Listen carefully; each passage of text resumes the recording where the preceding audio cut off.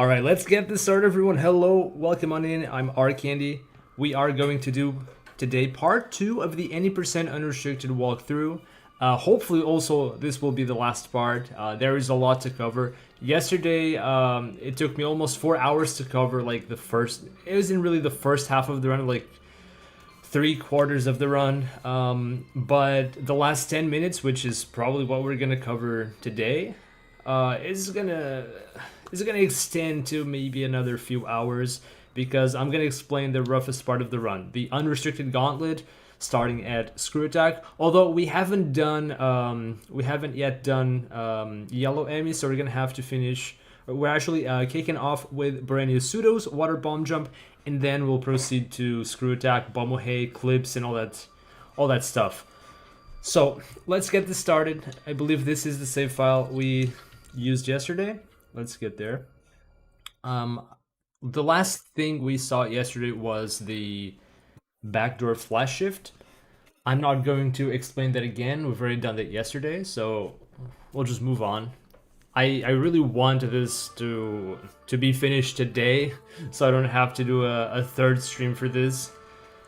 So ideally this will be finished today. So let's go ahead and get flash shift again. Oh, wait, I saved after flash shift. Okay, whatever. Okay. That's actually even better. So, I think I'm just gonna like come from here because this is what you do after flash shift. Right.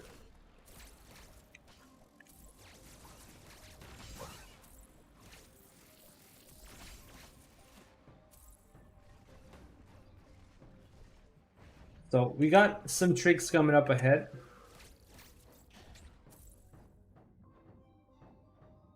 All right. Actually, before we do the tricks, let me just reveal the map underneath.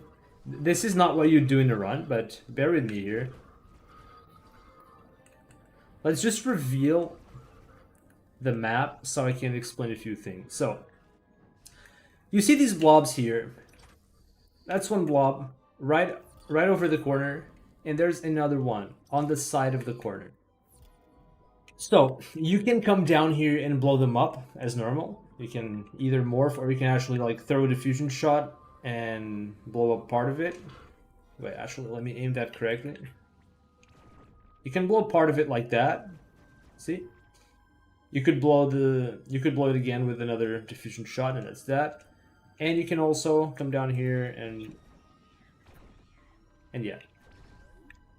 Alright, I don't want to blow them up yet because I want to explain another way you can break these blobs. And that's using pseudos. Underwater pseudos, they are the same kind of pseudos that you can do on the surface, but underwater there really is only like one or two ways to do it.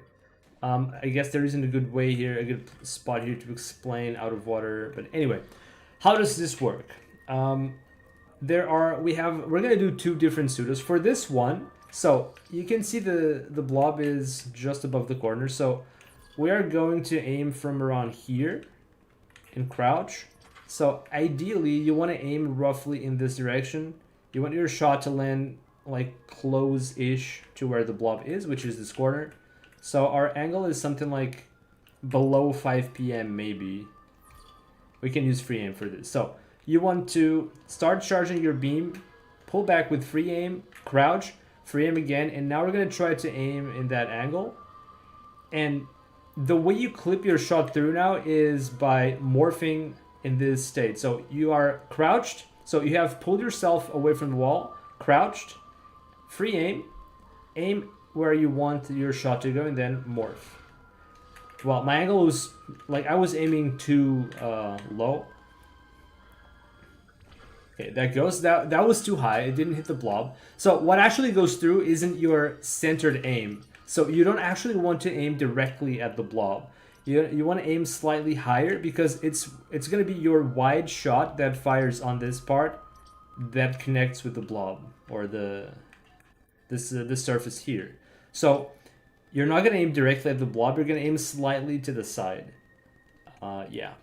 So let's try it again. So one visual cue that I remember, I believe Satorha came up with, is to aim at Samus's feet. You see the arm cannon? You line up with the feet, and then you morph. And that's it. That shot went pretty much straight into that surface. Anyway, we're gonna do that again. And there is also another pseudo here. We can do it. It's different.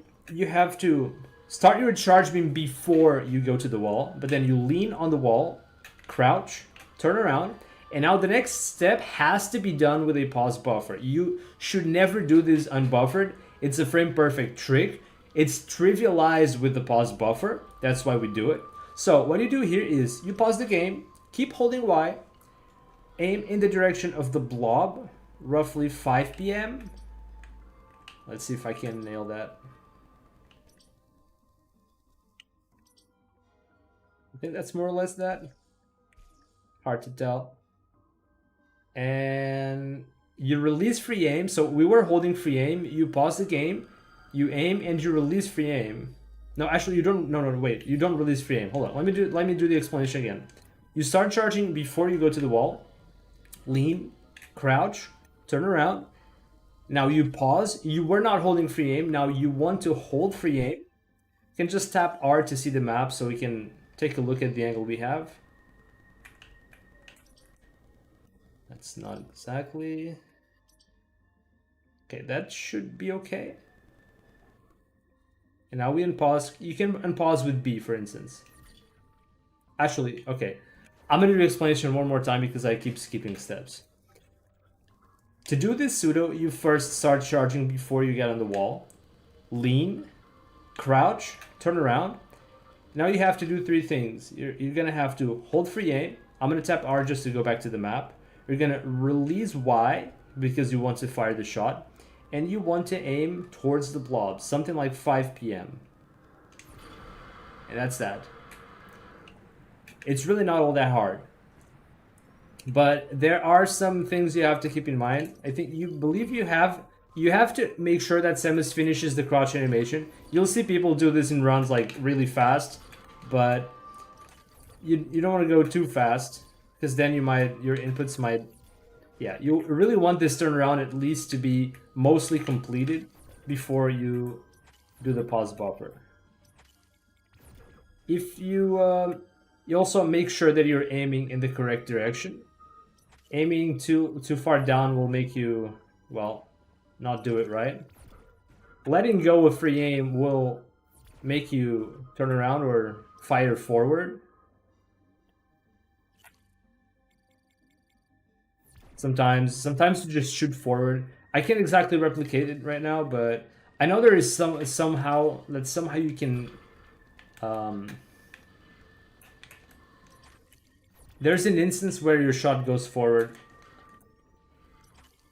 I can't remember how to do that, but I know I've had it a few times, like doing this in runs in practice. But I don't remember the exact way to do it. Anyway, let's try this again. Let's do a run through where I go straight for...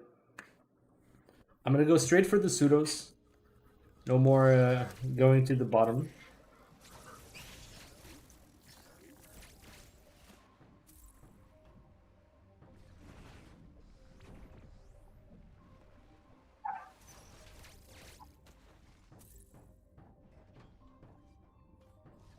So you can preemptively charge your beam, aim at the foot, do it again, and that's it. Charge before you get on the wall, pause, aim, release fire, and aim, and free aim, and that's it. At one shot, pause, free aim, release Y, aim, and shoot. And that's it. That is how you get those blobs. If you do this quickly, it can be something like 2 to 3 seconds faster than going to the bottom.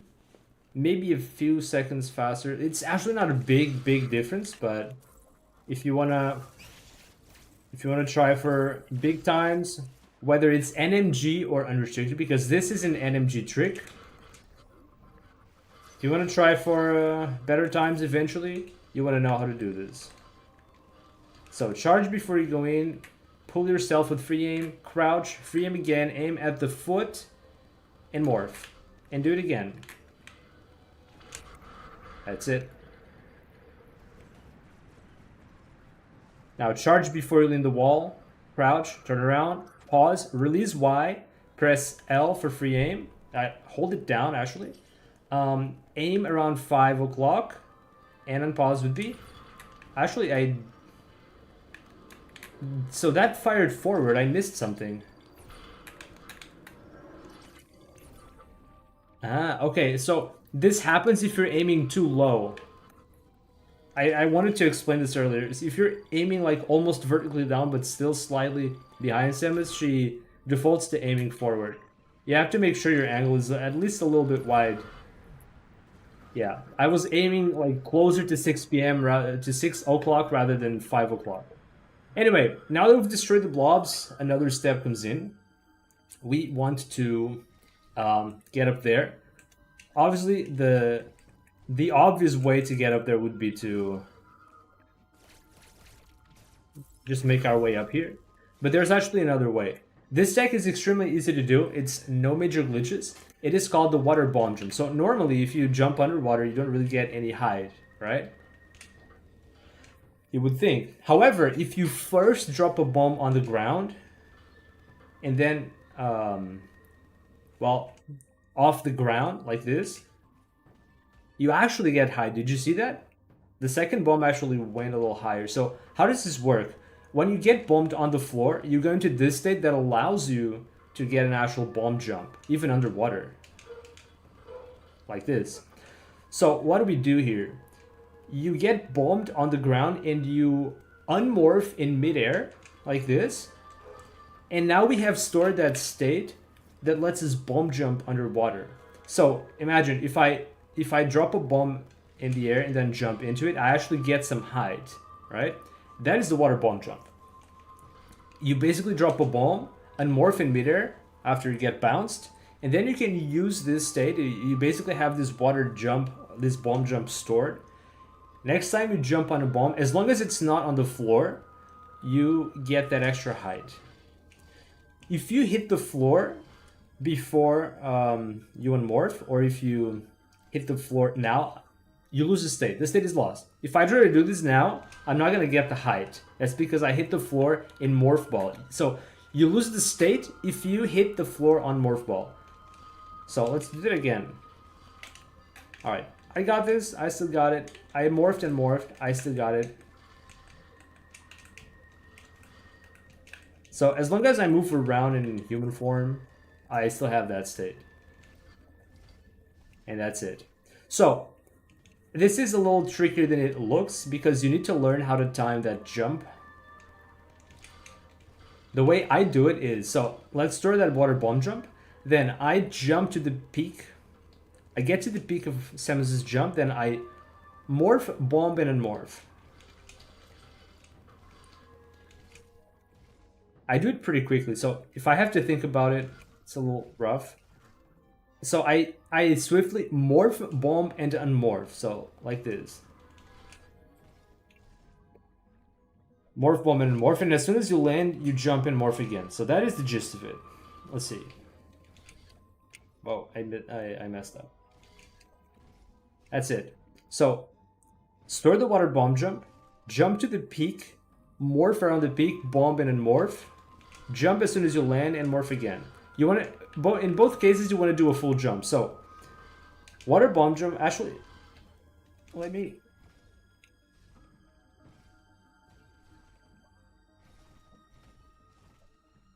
Okay, let me make a clip of that so I can explain the steps separately. All right. So that was one way to do it. I know that, Mr. Zerdy, what's up? This is one of the easiest tricks, so I don't intend to spend too much time on this. But I want to make sure that y'all understand how this is done. So the last one was the proper one I wanted for the explanation. So you drop a bomb on the ground, you get bounced by it, and then morph in midair. If you hit the floor, you lose the state with the bomb jump. Now, peak jump, full jump, and you morph at the peak and bomb, and then immediately morph. And now you're gonna fall down. You're gonna jump as soon as you hit the floor. You're gonna do a full jump, and then morph again at the peak of the jump. So if you keep this timing in mind, it's like full jump every time. This is really easy to do. It was a creepy jackknife. Yo, I kid you not. Tonight is the first time I've looked at the state of Dread in like a year. Literally just finished watching her 39. Going to explaining things, document away. Yo, thank you so much. I hope you enjoyed that. I recall your name from the early days of Dread labbing. Stuff like Shine Sinks and all that. It's an honor to have you in chat, Jackknife. I appreciate it. So I'm going to move on with the explanation. I've explained the gist of water bomb jump.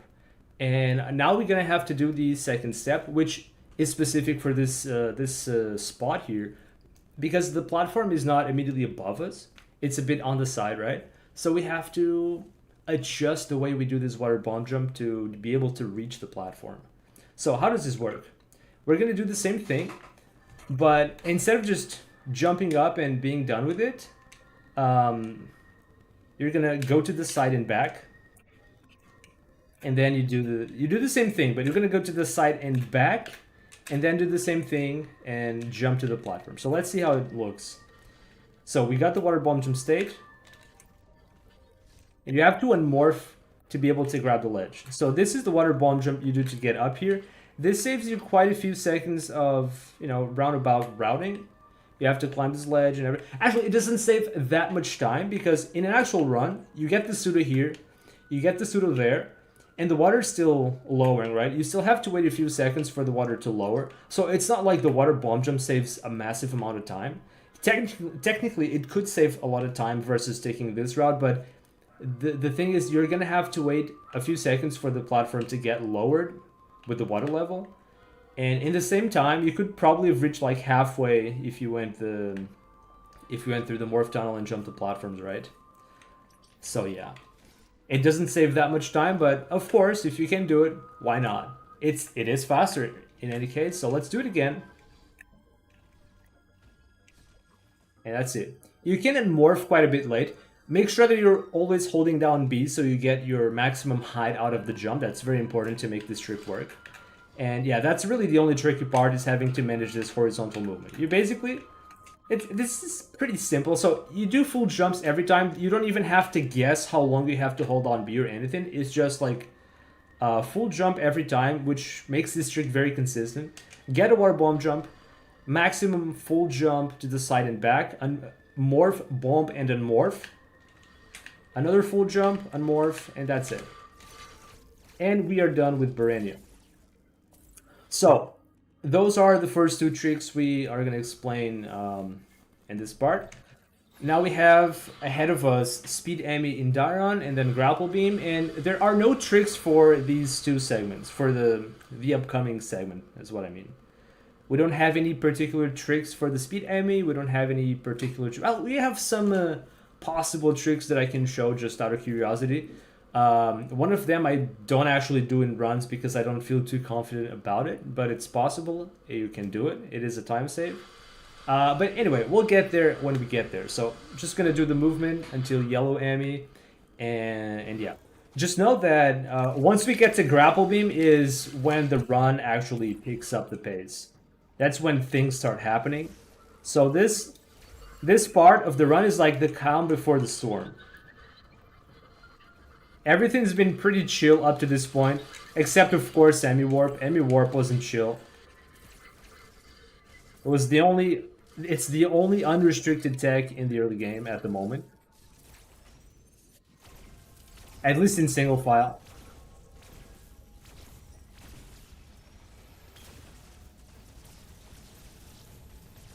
Okay, I guess I should explain that tech I was doing on the CU at least. So, what am I doing on the central unit here?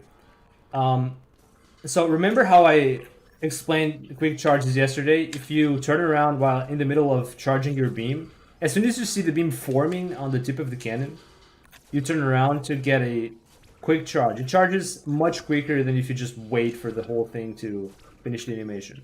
Either a turnaround or in the middle of a spin jump.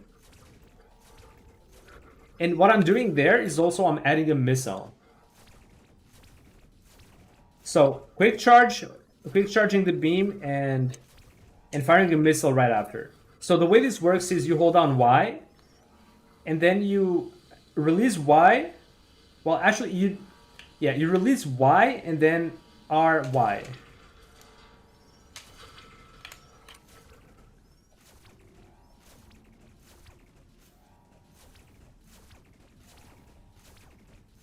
I think you can actually do it a little bit faster than I'm doing, but it's a matter of timing.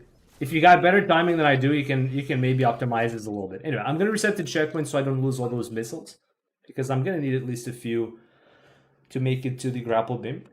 So normally I will do a dash melee here from this checkpoint, and that puts me at one flash shift distance away from the door. And then I flash into the cutscene and hold B during the black screen. That will, because the loading screen is kind of long, you press down B and it buffers your jump. And then I try to chain the flash shift as the cutscene ends, as the black screen ends. So this is what it would look like. Holding B, flash shift, and we're on the edge of the platform.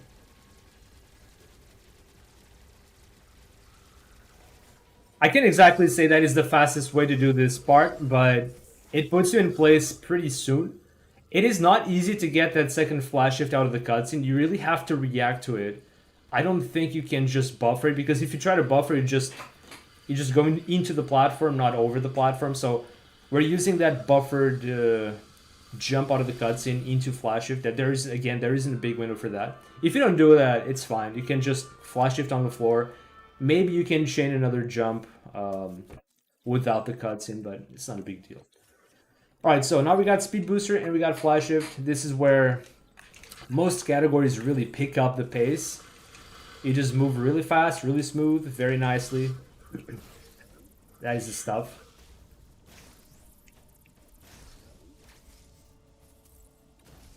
So as I said, I'm not going to spend too much time explaining movement, because my focus is going to be mostly the unrestricted tech, like the glitches.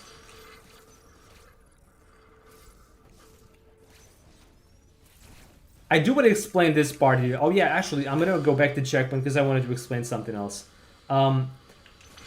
Yeah, actually, I'm going to reset the checkpoint because I need to save an item before I break the stuff here. I almost forgot. I'm going to explain a little fun trick you can do in the section ahead. And boo-hoo, oh no, we're gonna have to do this speed booster again. This very fun speed booster again, imagine.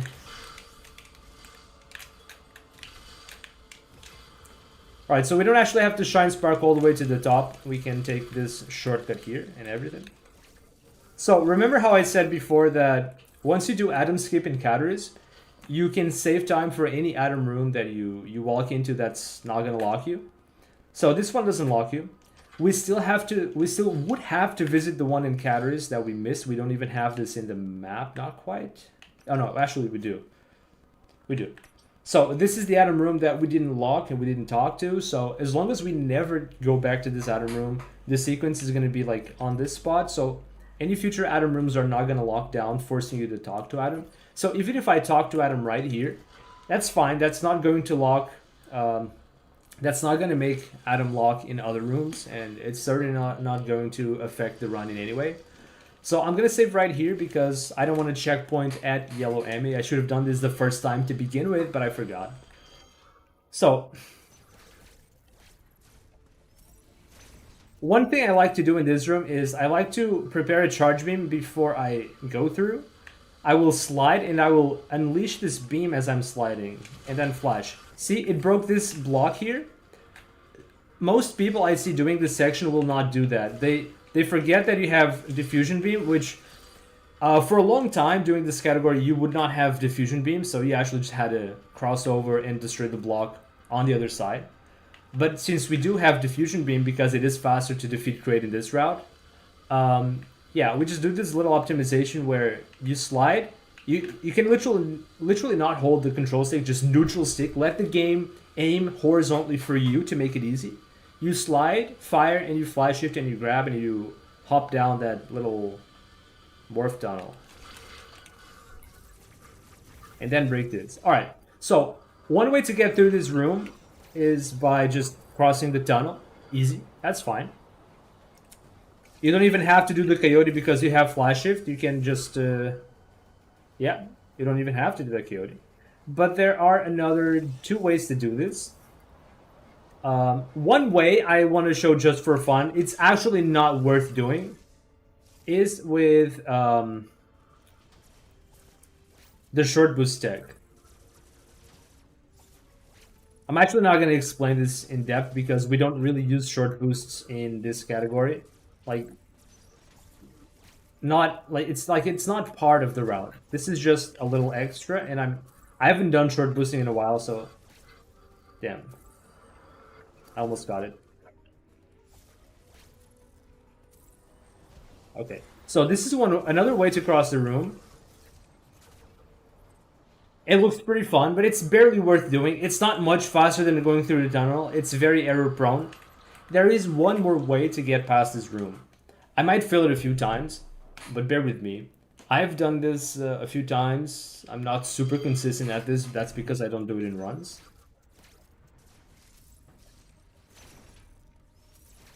Oh, I didn't get the diffusion shot. Charged too little.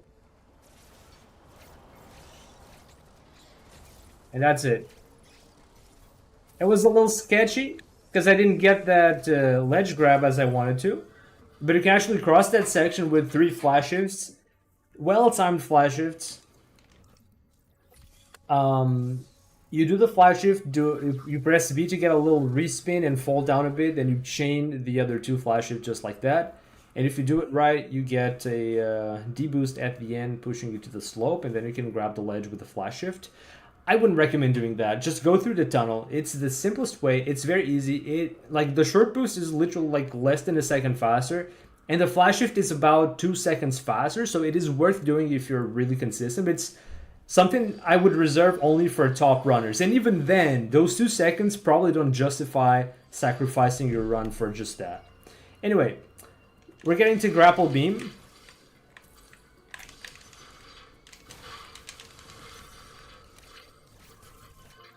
And that is grapple beam. So if you don't do the crazy stuff in that hot room, there haven't been any real tricks since Brenia. Actually, okay, the best way to get up here is to just like flash shift and then quick climb, that's it. The extra flash shift I did there is actually not very fast. This flash shift is fast though. Alright, so what's going to happen next? Now we're going to try to get screw attack somewhere around here in the, in this area. It's not shown, it's not visible in the map because we haven't gone there in this run. Obviously, this is the first time we're going to go there. So this is the moment where I activate the glitch called Bomohe's Cube. This is probably one of the hardest tricks to learn in the game because it involves several steps and it's pretty complicated, lots of inputs. I'm going to try to explain everything, like, incrementally. It's going to be difficult, and I doubt anyone's going to be able to do this first try. Like, this is extremely complicated. You're probably, if you want to learn this trick, you're probably going to have to spend at least a few hours, like, mastering part of the setup for the aim down clip, which I will explain a bit too, and also the Bomohe's Q specific stuff. It's not necessarily hard. It's just that you have a lot of inputs to do in quick succession, so that makes it difficult to do. So, we're going to need to step back before these 2 buttons because there are some speed blocks outside this door. This should be enough. Alright, and this is my preferred spot to do the setup. Some people do it here. I can maybe show that again by coming back here, but anyway, I think I'll just settle for this here. This is what I do in runs. Other people use this spot as a setup. I don't like it too much. I think this is the most in-route place. So I'm just going to show it here. Actually, let's let the spark fade. I'm going to kill this enemy so I don't get bothered. So I need to explain to you how to do part of the aim down clip. There are 2 ways to do this trick. Like, you can do it from max distance, which is roughly this. This is the setup. So how does this work? You can do it from either max distance or kind of short distance, like 3 tiles distance, more or less. What is this? So there are lots of steps going into this. So I hope I can explain this properly. So we are going to do a flash shift slide into the wall. and turn around. So this is me holding down A. So this is the way you prepare this trick. You just hold down A like this. That's it. And next you want to go forward, right? You just flash forward. Then you want to add a slide.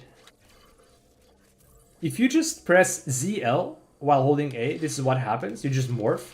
So you want to, in quick succession, press ZL and forward. Like, kind of like that. I think I pressed down or something and it... I think I didn't press the correct direction. Or maybe I pressed too fast or something. Anyway, so as you press forward while you're morphing, you interrupt the morph and you do a slide. Like that. So this is a flash slide. See, just 3 steps. This is pretty easy to understand, I think.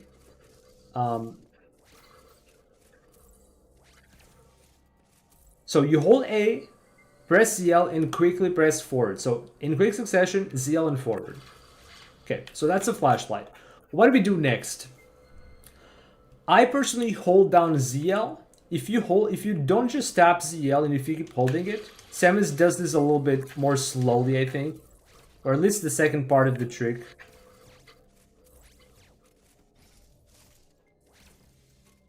Anyway, the next part is you want to do a turnaround.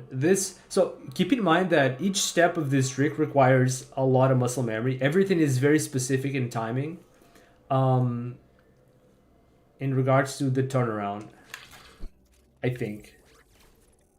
I just do it pretty fast. Like, I just do everything in sequence. So hold A, ZL forward, and back. So I do basically, this whole thing is, I think of this as one motion. So when I do ZL forward, I immediately go back. So that's it.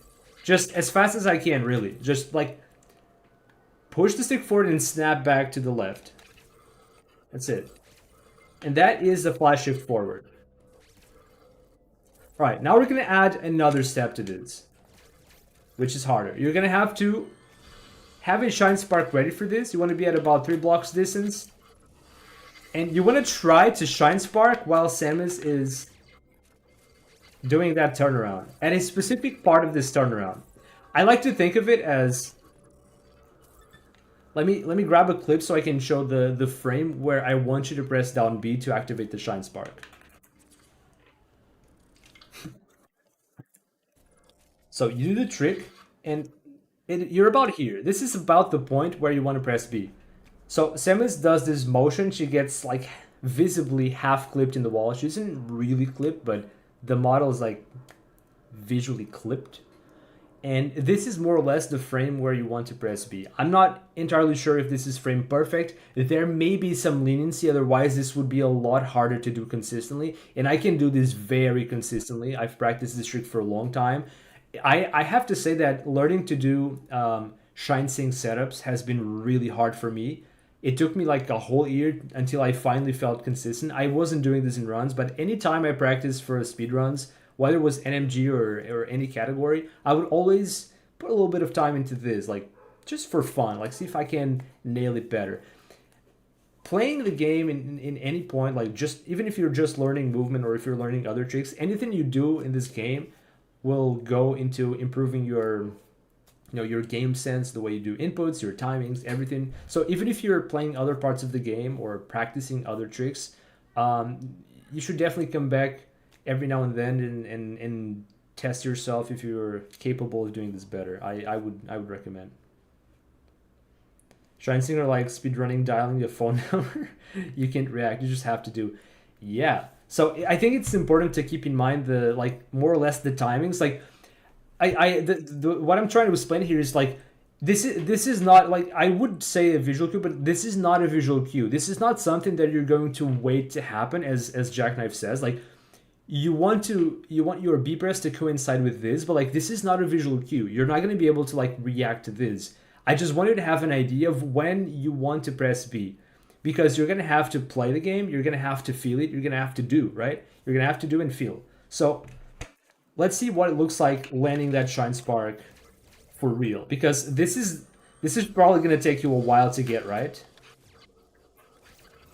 So that's what happens when you get it right. I'm gonna grab a clip of that. If you do this step correctly, you will start sinking into the ground. So that is called the shine sink.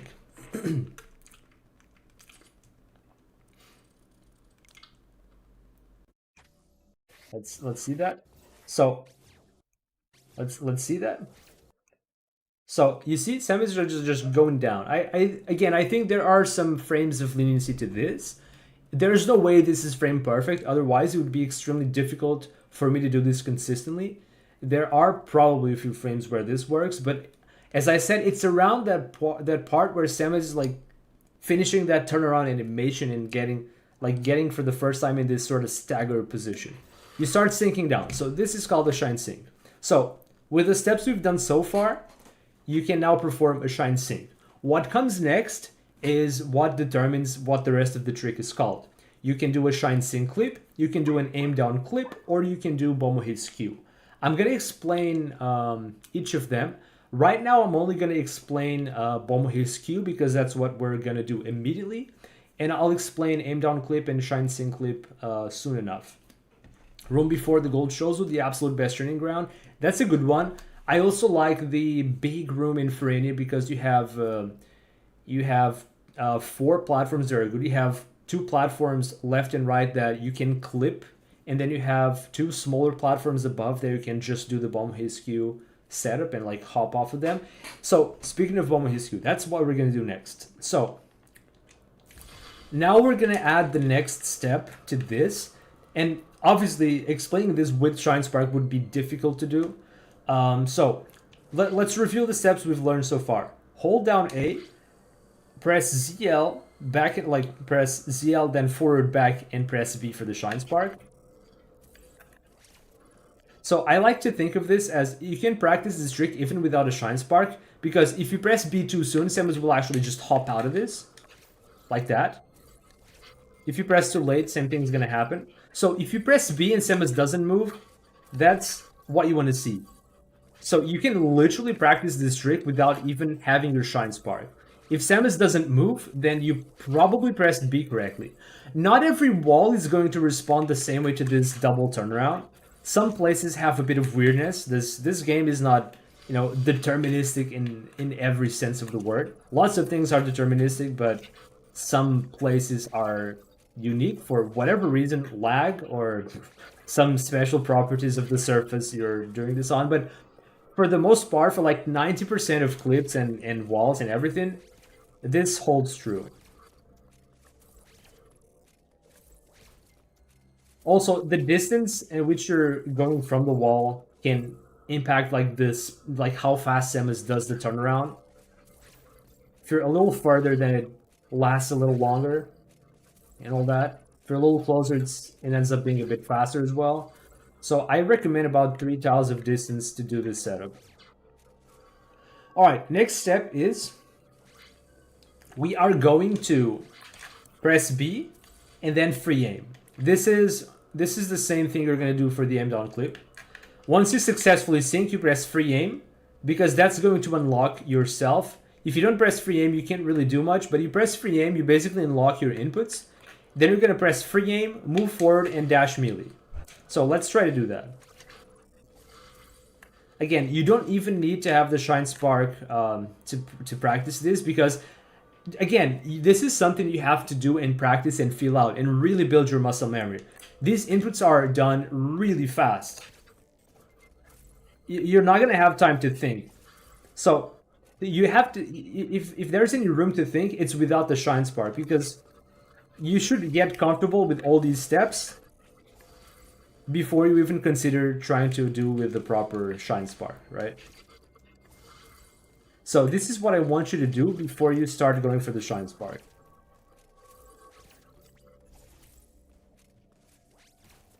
So make sure that you get that timing on B correctly. Samus doesn't move, doesn't hop out, that means you probably timed it correctly.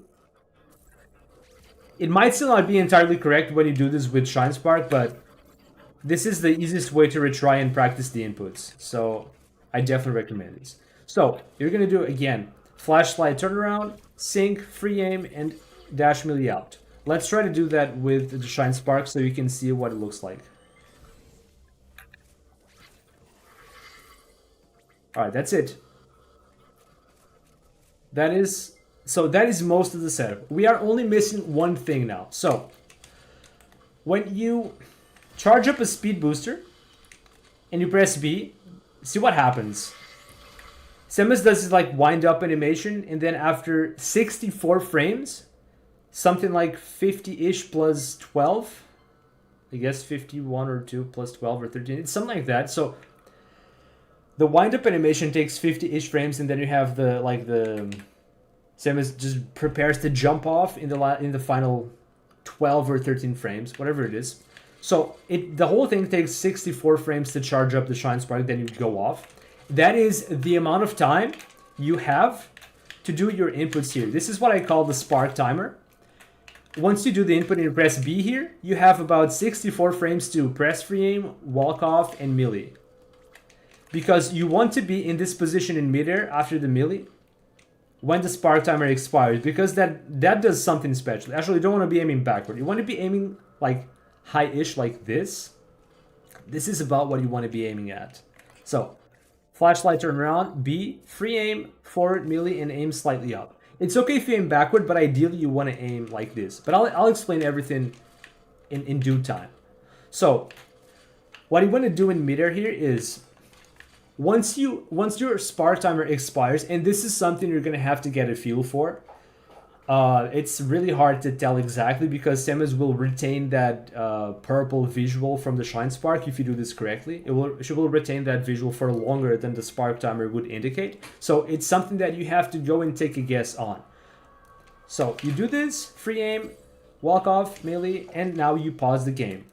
So what are we doing? Because the Shine Sparker, because we did that Shine Sync and all these weird inputs, we have kind of messed up the game state around Samus's, state machine or whatever's going on in the back end. I really don't understand what is happening exactly. I believe this again. This is speculation on my part. I think it's some like wrong transition on Samus's animation state machine or something that does something that wasn't expected. Whatever is really happening, we are holding free aim and aiming slightly backward but upward, very slightly backward. So if on this frame you unpause and go forward and release free aim, so this doesn't work if we're not doing the Shine Sync, but what it does is it activates your Bomohe skew state. Let's do that again. Well, let's do the whole thing this time. So the spark timer expired. So you don't have to pause when it expires. You have to pause at least after it expires. You could have done the pause a bit later than I did, as long as you do this part after the spark timer expires. So again, that's something you're gonna have to get a feel for. Like literally just trial and error, because there is no specific visual cue. Oh, look at that snap icon drifting. That's very ugly. Samus doesn't snap forward. It's just like dilly-dallying a little bit. That's my controller, that's bad. Anyway. Oh no. So I have activated the Bomohe skew state. What does this do? So if you do that setup, the whole thing as I explained just now, you get the Bomohe skew state. Samus goes into a state where she can freeze her axis after you do a turnaround. So if I jump in the middle of a turnaround, see, she's not facing left and right anymore. She's facing whatever direction. Now she's facing the camera. So this Bomohe skew state allows you to get axis skew at any point. Whenever you want and anywhere you want. You can just morph to cancel that. You can go around wherever you please. I could just like go ahead and literally just go anywhere. Actually, I'm going to show you something pretty funny. This glitch is so odd. I'm going to save the game right here. And I'm going to show something really cool. You're not going to be doing this in a run unless you run multi-file. This is not a multi-file walkthrough, but I guess I just want to illustrate this for fun. So, even when you reset to checkpoint, to save point, go back to main menu or whatever, the state is still active. We are still in the Bomohe skew state. Now watch this. I'm going to go and play in this fresh file. This is a fresh file that I would use for a speedrun If I want to do a run, I'll start my splits here. And as I said, we still have the Bomohe skew state because it just lasts through cutscenes and menu and everything. And we're gonna start this save file with the Bomohe skew already set. So as soon as we gain control of Samus, I'm gonna just skew. That's it. So gonna face the DM. And this is something that you cannot normally do because doing Bomohe skew requires it requires speed booster and one of flash shift and grapple beam. Typically you want all three of those abilities, but that's why unrestricted really picks up after we get speed booster. We really need speed booster to trigger the Bomohe skew state. You can do it with just speed booster and grapple. You can do it with just speed booster and flash shift, but you can't do it without speed booster. And of course, you can use a mixture of all three. We're gonna see later. I'll show you a backup strat where I combine Bomohe skew with aim down clip, but right now that's a little far off. So you can take this Bomohe skew and do funny stuff with it. There is actually nothing that we know. There's actually nothing that can work in the early game because out of bounds kills you. I'm gonna just illustrate that. Boom. I try to clip the door, but this is a charge door, hasn't been opened yet, so the door actually kills you. There's really nothing we can currently do this early in the game with Bomohe skew and clips. But anyway, I will explain that clip later. We're going to be doing some clips very soon, don't you worry. But anyway, we have just acquired the Bomohe skew state. I'm going to do this setup again because I want to show you the one thing that that breaks this state. There's only one thing that can break you out of the Bomohe skew state, and that is turning around in midair off of a neutral jump. I'm so glad you guys found a way to wall clip without doing 1,000. Yeah! Most of that was DLC. DLC labbed some very, very nice, very nice clips and found so many different clips. I remember how damn hard it was with only one very risky single tile drop. Yeah, like, wall clipping has gone a long way. It is in big part thanks to DLC. DLC labbed so many different wall clips and actually made unrestricted a lot more viable to run thanks to that. Because, yeah, you had to do 3 or 4 tornadoes back in the day to clip the end game stuff. And now all the clips in this route are very easy, very fast to do. Like, it's very nice. So, I still have the state. Look at that. Samus is still turning around. And now I'm gonna neutral jump in midair. Like, neutral jump and turn around in midair. Boom. The state has been lost. So, when you play this category and you learn to do Bomohe skew, you're basically gonna have to relearn the game in that you never want to turn around in midair because you're gonna lose Bomohe skew. So, I'm gonna redo the setup to showcase it one last time. We're gonna get out of here. Speed boost, get down here, get in position, flashlight, turn around. Oh my god, this is I cannot explain this while I'm doing it. There's so much going on. And the pause buffer, and we got Bomohe back. So I really hope that the steps I explained earlier are good enough for you. Keep in mind, this trick is hard. You're gonna have to figure out timings. Not just figure out timings, you're really just gonna have to get your hands dirty. Practice this, try to do it, just grind it a few, and you'll be able to do it. It's not easy. It's going to take a while to narrow down all that muscle memory and timings and everything, but this can be very consistent. I do this extremely consistently. The other top runners do it very consistently too. So this is something that it might seem a bit hopeless at first, but this is something you can practice and get good at, okay? So I know that this can seem intimidating, but it is approachable once you get better at it. Yo, GR, that's weird. This is very weird, isn't it? Absolute love to the labyrinth. I feel like Bomohe and all of the methods of flipping will require like a 5-hour video with editing. Yeah. So I've already done videos, like separate wall clipping videos. I have done a video on Bomohe skew. I've done a video on tornadoes, a video on a variety of fast clips. I've done another video or two on even faster wall clips. So it's not, I don't think they even add up to 1 hour, but the information is very dense. So the explanations that I'm doing in this video are a bit more, slower, but more, probably simpler to understand. I hope, I want to hope. But yeah. So yeah, it took me a long time to learn how to do shine sinks, but then when I got better at it, it started feeling really consistent. So anyway, at this point we have acquired Bomohe's Q. If you do the setup, you probably, unless you feel really confident, you probably want to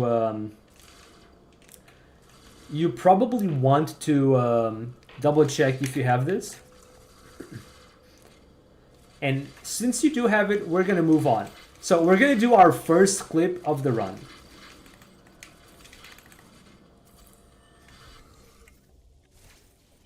So I'm probably making it look easy because I have a lot of time practicing these glitches. But it takes a long time to get good at it, but you can do it. Like, it can be done, right?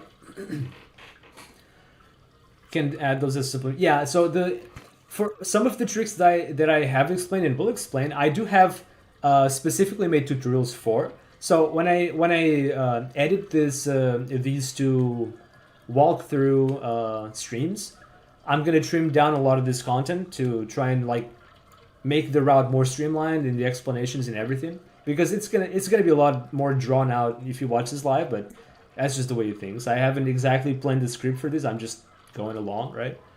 But when I do that, I will definitely recommend, I will also put in the description links to all of the relevant tutorials. So if you want to check any trick a bit more in depth, I will of course put that option on the video, on the description and everything, so you guys can check some stuff more in depth. But you should still be able to do these tricks with like the explanations I'm giving here. I hope, of course, that is my hope with this video. So anyway, we have gotten to this point. You come down here. So there are actually two ways you can do this part. So you do have to set up Bomohe to do this, or you could have actually just done short boost like any percent NMG does. Good luck with that if you really want to go that way. There's no point in doing it. If you learn Bomohe, you avoid doing this big run around Rotari, and you just go straight to the flipper. Now, we are going to clip the flipper. There are about 3 different ways in which you can clip it. Well, actually 4. So, one way you might see some runners still do is to use the underwater here. Let me just illustrate that. We get a backward skew. So how do you get this? You need to jump on the second frame of your turnaround. As I said earlier, you have to be very careful about not turning around on a neutral jump in midair. So make sure that you press B only after you push your control stick. I've already gotten really used to doing this fast, but if you're starting out, there's a good chance you will lose your Bomohe skew doing these turnarounds. It's okay. That's why you should really get comfortable doing the Bomohe setup, because you might have to repeat it more times than me if you accidentally lose it. You're going to have to be prepared to redo that setup many times, because you're probably going to lose the state accidentally. It happens, is what it is. But anyway, I want to charge up a speed booster. So if you... I just want to illustrate the water skew. So if you you want to morph, and make sure you at least press left before you want to morph. So this is called unskewing to the left. When you unskew to the right, you have a different angle, and this initial angle conditions the rest of our setups for wall clips. So this is important. If you do a clean, like unskew to the left, turn to the right and jump on frame 2, you get this. And ideally, you want to speed boost by running to the left. This is what happens if I run to the left. This is what happens if I run to the right. Speed booster disappears. You get that charge, but it disappears. So you want to run to the left. Whereas if you unskew to the right, frame 2 jump to the left. Now the opposite is true. If I run to the left, I get the no speed. If I run to the right, I get the speed. That means Samus's angle is a little to the right. That's why I'm speed boosting to the right and it works. And if I were to do the other jump again, so the angle is a little bit to the left. There is some imprecision. Sometimes you get larger angles, but this is the usual consistent baseline. So I'm going to grab a speed booster and I'm going to show you what it looks like to do the underwater thing. You'd have to morph, get the backward. This is underwater. This is actually frame 3, not frame 2. You can see how the beams go sideways. That means we have a large skew angle. So we lean on the wall, dash melee. Actually, just dash melee one time. I dash melee running away from the wall. So I'm holding right, and then I dash melee. Whereas if you hold left, Samus is leaning, and she just does a standing melee. That's not what we want. So right and melee. And then speed booster to the left and store. We do a backward melee and spark. So this is what it looks like doing the water skew. But that's also not what I do in runs. I do another strat, which is a lot easier to retry. I'm going to explain that. I also want to explain that when you lock into a skew angle, you can reset out of it by doing several different actions. So if you lock yourself in the skew frame, you can undo the skew by morphing and unmorphing. That undoes the skew. You can aim over the back and melee. That also releases the skew. This is something that you can use in the early game. Let's say you take Bomohe skew to the early game. You don't have morph ball, but you can still unskew by free aiming like backward and then pressing X. It doesn't really matter like what skew angle you have. As long as you make Samus aim over her back, whatever the direction is, and then you press X, that releases your skew. There's also wall jumps. You can't always wall jump in skew. Like Samus is facing right. If I try to wall jump on the left, it's not going to work. So wall jumps can work if you're able to do them. And there are a few other things like grabbing and climbing ledges, magnets, other things that will undo your skew, but they will not lose your Bomohe skew state. We only reset like the direction Samus is facing, but we still have the Bomohe skew state. So with that in mind, let's go back here. There is another way to do this flipper clip. I have called it the modified left clip, but let's call it just screw flipper clip because this one is very specific for this flipper. We have similar clips later in the run, but this one is very specific. It's like tailor-made for this flipper because the flipper has some special properties which I wouldn't know how to explain, just that you have to do the setup differently from the other places that we do in the run. So remember how I said the initial angle determines the rest of the setup? I want you to unmorph to the right, crouch. So there's a difference that I didn't mention. You can get, if you're facing right and you turn around, you face backward. But if you crouch, you face forward. And the same is true for the other side. If I'm standing here and turn around skew, I face forward. But if I'm crouching, I face backward. So this is the difference that's important to note. Some setups will require you to do the crouch setup. Some setups will not matter, right? So I want you to unskew facing right. So you tap right before you unmorph, crouch, and get a backward facing skew. This is a reminder that this is frame perfect. Anytime you get this backward facing skew, it's basically frame perfect. But because this is so easy to retry, it's not very important. And you can get used to this. Your muscle memory, you can work on your muscle memory to do these jumps more consistently.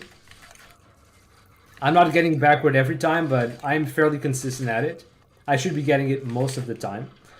So, unskew right, crouch, back facing skew, and now you want to lean on the flipper. You want to slide, you want to walk to the right and slide. Now you want to tap free aim. Now you're going to aim over your back, whatever direction this is happens to be left. And you're going to let go of free aim. Now Samus turns around from facing backward to forward. And now we want to start a speed booster. But actually, before we start the speed booster, we need to be a little bit deeper to clip. So I want you to run to the right, do one dash melee followed by one dash melee followed by phantom cloak, like this. Actually, I think I didn't get it. Wait. Oh yeah, I didn't get it because I was doing the old setup. Okay, I missed one step. You actually have to unskew facing left, crouch, and turn around while crouched. This is important. You have to turn around while crouched. and then you have to get the backward facing skew. Otherwise, this is not going to work. That's why this flipper is so very specific. You have to, again, unmorph facing left, crouch, turn around while crouched, back facing skew. Now, you do the slide while running to the right, slide, tap L, free aim to stand up, hold free aim over your back, you aim to the left, and then release free aim to let Samus turn around. Now, you want to run to the right, dash melee and Phantom Cloak, and you want to do it again. You do this twice. Now, you run again to the right, and you can start, no, actually to the left. You run to the left and you start the speed booster. So what is going to happen here now is we're going to do the speed booster, we're going to store, we're going to aim over the back melee to unskew, then we're going to shine spark through the flipper. So build up the speed booster, store, free aim over the back to the right, X, B, spark, and go through. That's how you do it. You need to do those melees. Let's see. You need to do those melees to actually gain some distance. See what happens. I'm going to start on the flipper, and I'm going to do those melees several times.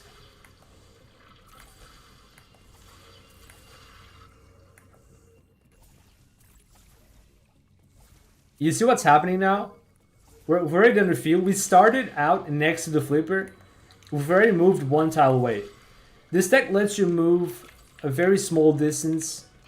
It shifts Samus a very small distance horizontally. This is really good for clipping.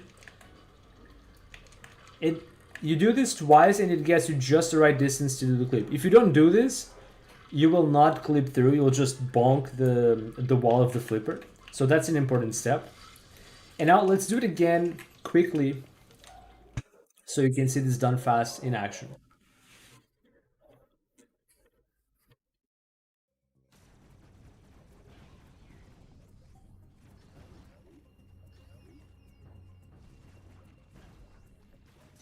Alright, always be careful not to lose your bomb or his skew state. I'm being very careful. So, if you come out of the flash shift, you're already unskewed to the left. You don't have to repeat the morph. You can just do this straight. So, again, facing, like, unskew facing left, turning right while crouched, back facing skew. If you don't get it, you just try again until you do. There it is. Lean on the wall, slide to the right. Tap L to stand up. Let Samus complete that stand up animation. That's important. Free aim. Aim over the back. Turn forward. Run to the right. Melee Phantom. Undo Phantom. Melee again just to recover your gauge. Melee Phantom again. And now you can run to the left to charge up your speed booster. Store. Melee over the back. Spark and go through. And that is the flipper clip. If you do this quickly, you're gonna come to screw attack so much faster than that roundabout section. Nice, I can finally learn to run 80% unrestricted. Yoptas, what's up, dude? Absolutely. With all the little steps. So, we have already done a DT slide pseudo before in the Morph Bomb room with missiles. You're gonna do another DT slide here to open this grapple block in reverse. So, a reminder of how you do this. You slide into the wall and double turn around and then shoot.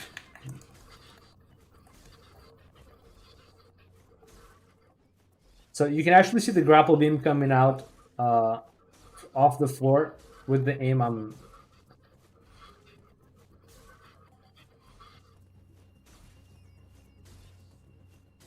Well, I did see it one time, but I guess it's not very easy to do this.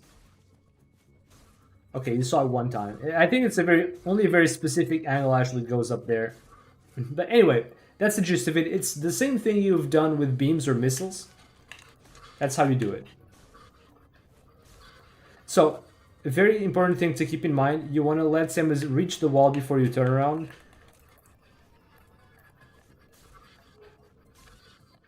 And you need to do that delayed turnaround. It is going to take some time of practicing this to get used to the timing for those turnarounds. You literally like flip the control stick right, like left and right. So you go right, left, and right. And then you have to fire a grapple beam, starting with the first frame that Samus finishes her turnaround animation back to the right. Or to the left in this case. So let's do that. If you do this correctly, you're going to grab the block from behind and you're going to push it to the right, and that's it, out of the way. So this room is pretty fun. There are 3 ways, well, there are a couple ways in which you can do this. So it is possible to get a short boost in this room, so you wouldn't even need Balmohe's Q. If you accidentally lose Balmohe's Q, you can still back it up by doing a short boost. But what we want to do here is we want to do a floor clip. There are 2 ways to do that. You can do a shine sing clip here. Some runners do that. Some runners are very afraid of doing the clip on this side. I do an aim down clip on this side, but some runners do a shine sing clip on this side. So I'm going to illustrate the way I do it first. You don't have to short boost if you have Balmohe's Q. You just get a skew frame and you charge up a speed booster. I'm going to show another setup to doing shine sing clips. I like to do it with a double flash shift. So remember that flash slide that I taught you earlier? You could do it here, but it's a little tough because the teleportable platform gets in the way. So you can also do the same thing here. But because you have the door frame below, and doing an aim down clip here is a bit weird. You can actually die in the platform, I think. That's why people do shine sing clip on this one, because it gets you out of the way. But anyway, if you want to do this clip here, you probably want to learn to do the max distance flashlight. So it is roughly like the distance of a flash shift, like this. It's basically the same thing, but you have to delay the timing in which you turn around Samus.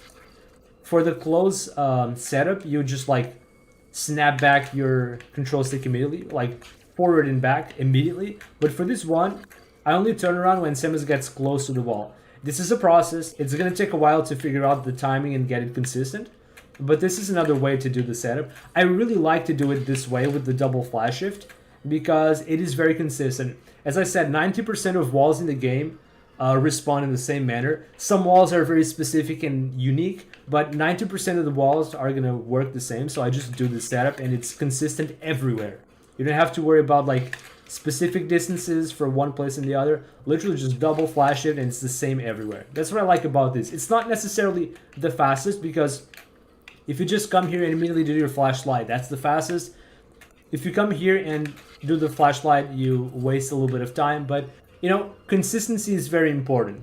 It doesn't matter if you do something fast if you don't do it super consistently. If this time loss is worth it for you in terms of consistency, then just go for it. But yeah, you can also just come here and measure the steps and do it in one go. Anyway, how does this change from Balmohe's Q? So this is going to be very similar to the Balmohe's Q setup, but we're going to clip the floor. We are going to flashlight into the wall, press B to shine spark. We're going to press free aim. It's going to push me a little bit off the wall. And then instead of like walking off or million, whatever, I'm going to push free aim. I'm going to tap free aim to unlock Samus's movements and inputs. I'm going to release free aim, tap down. In your shine sing state, you're going to start clipping when you tap down. Like you want to down and release back to neutral, just tap down. And then you want to fire the grapple beam while you're falling. This is extremely important. As I mentioned before, out of bounds kills you. If you're caught out of bounds, you die. So you have a few frames to fire off your grapple beam. And the grapple beam has a very important property to it. It prevents your out of bounds death for as long as the beam stays out, right? And that's going to be the important thing here. So everything, I'm explaining this slowly, but this is something that happens very fast. So I'm going to do the clip and I'm going to try to like explain what's happening with the switch clip. Let's see. So this is what happens when you do the aim down clip cleanly. And I'm going to explain every part of the steps, every part of the setup, or to the best of my ability, of course. So you get that skew, you charge up a speed booster, and you prepare to do the setup. If you don't do it in one go from here, you do that. if you want more consistency, I recommend doing the double flash shift because it's going to be the same thing everywhere. You're not going to have to worry about different visual cues anywhere. The only cue you need is your muscle memory for the double flash shift, timings, and everything. This is going to be hard to learn, but it gets very consistent. As you can tell, I do this very consistently. So you do the flash slide, you turn around, you press B when you're in that specific set of frames in the wall. You start syncing, you press L immediately to release your inputs. You tap down to start falling through the ground, and then you fire your grapple beam. So I should be dead. I should be dead right about here, but I fired the grapple beam, so I'm fine. And that's it. I know that's a lot that's going on in one single trick.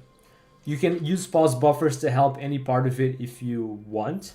I don't usually do pause buffers for this, but like you could do a pause buffer to like you could tap down and pause to neutral stake for after the down press. I can actually try to do this with pause buffers to show like how exactly you could use pause buffers to make this easier. You can also do one tile clip. I will showcase that too, Metroid.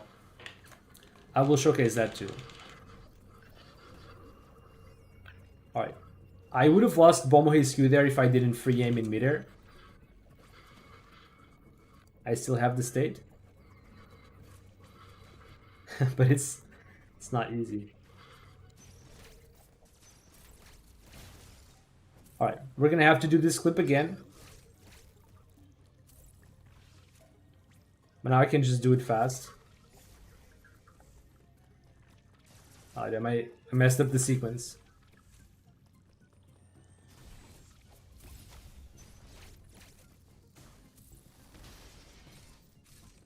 Alright, I'm gonna do it again, but this time I'm gonna do it with some pause buffers to show you, like, this can look really hard if you do it in buffered, like, live, but you can also do some pause buffers. The pause buffers I'm gonna do are, I'm gonna do a pause buffer for the down press to start clipping the floor, and I'm gonna do another pause buffer to grapple. Because I don't think you can do them in one go. Or maybe you can. It's about time I teach you guys how to do a map buffer. Let's do a map buffer. Let's see if this actually. I'm gonna experiment something here. This is a test, chat. This may not work. So, I pressed free aim. I'm gonna press down and pause again. And I'm gonna. Okay, that worked. That wasn't a map buffer, but I do want to try something. I prefer this over auto skew. Same. It's actually just as fast if you do it optimally, and it's a lot easier to retry. You don't get punished doing the. You don't get punished doing that water thing again. Oh no! Damn it! If this happens to you, you can back it up out of here with a water bomb jump. We've already done water bomb jumps, so. This is cool. And you get this here. If you're quick enough to get here, you can spark back up and you're going. I generally don't know how you'll actually use pause buffers visually for a lot of tricks. Like, are you actually seeing something between these pauses? It's like a frame. I don't get it. Young guys, I guess. For the record, I'm 30, if that matters. But no, you don't actually need to see anything. You just it's like programming on a console. You don't need to see, you just need to know. Like, it's all in your head, right? As long as you understand the inputs you need to do and have to do, you just know you're doing it right. Like, you can see some things, yes, but it's more like you know what's happening. It's all in your head. You're just using it as a frame advance. Yeah, basically. Yeah, you're not really gonna see what's happening. As you say, it's a frame. It's like, oh, okay, Sam's in this position, not I saw it. Yeah, I mean, you can see, like, the thing is, once you get used to doing the pause buffers, you might actually see something, but it's more like in your head. Like, you know what you're doing, you know the inputs you have to do, and yeah, you're just basically using it as a frame advance. I use pause buffers to do a later trick in the run. Yeah. So, let's do that again.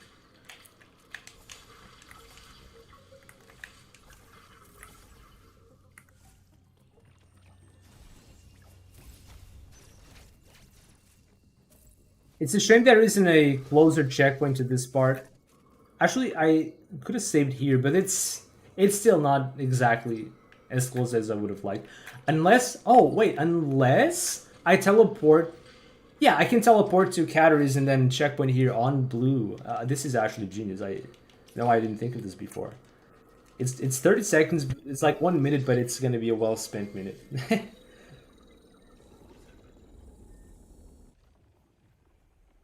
That cloak millis, yeah, it's really weird. It gives you basically the same distance as like 7 millis all at once, like 6 to 7. It's really good. This game just does some weird things.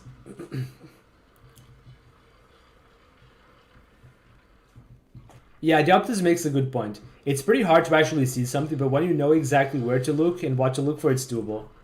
Yeah, like if you know where exactly in the screen you want to look for visual cues, it's not impossible. Like, yeah, it is extremely hard to see, but yeah, Dioptus makes a good point there. Alright, let's teleport back to Cataries. So I'm gonna try to do this map buffer on the aim down clip just to see if it works. It may not work, but it may work, and if it does work, it would be huge. So, you guys are probably wondering, Arcandy, what is a map buffer? It's a way to force the game to lag in a controlled way. Like, it's a controlled way to create lag and exploit it for various things. I'm gonna show you one clip later with map buffer. That's optional, but it's really nice. And yeah, there are a lot of things you can do with this delta time exploit. One of them is bypassing collisions. The other is, for example,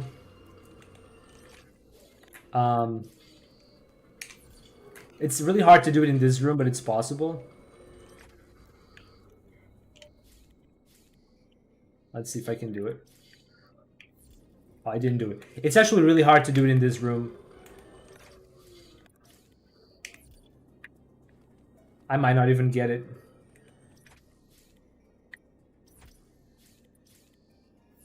Okay, I got it. So, what happened there? Normally, you're not able to get a speed booster in this room. You just don't have enough room, right? But due to the way the game processes its updates, like the way it updates per frame is that...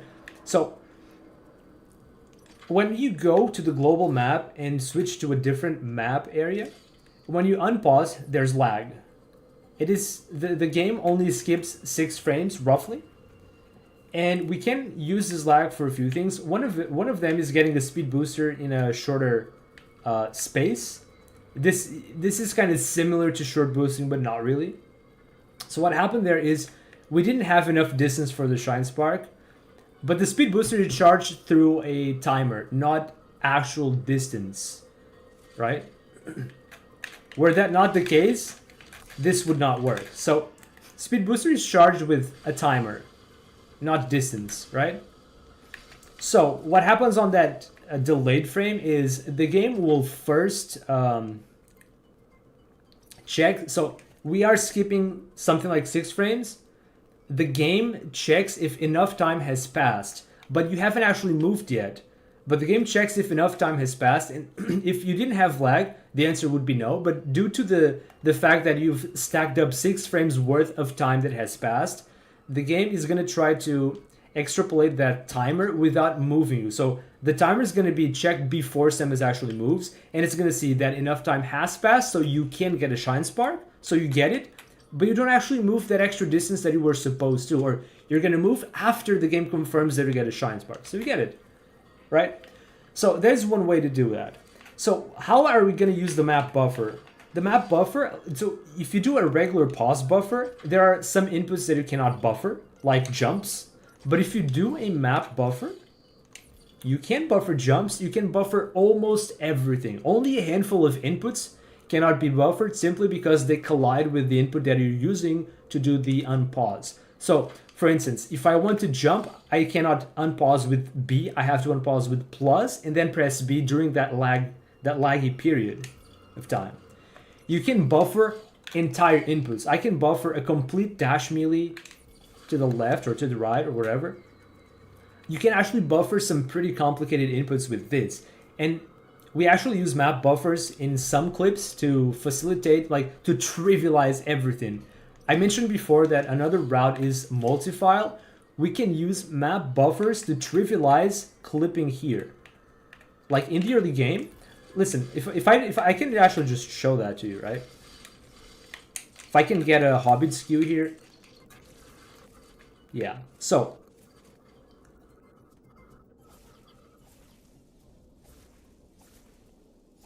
Okay, so with 5 dash millis, it should be enough to clip to the other side.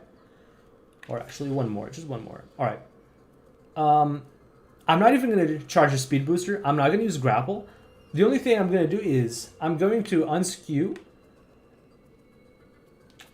I'm going to pause, map buffer a dash melee to the left. And I'm dead because I messed up the setup. Dang it. I tell you, chat, this works, but I think I was still in the melee animation. I couldn't cancel. Let's try it again.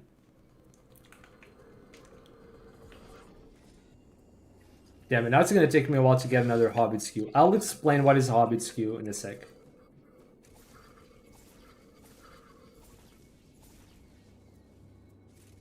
One more? Okay.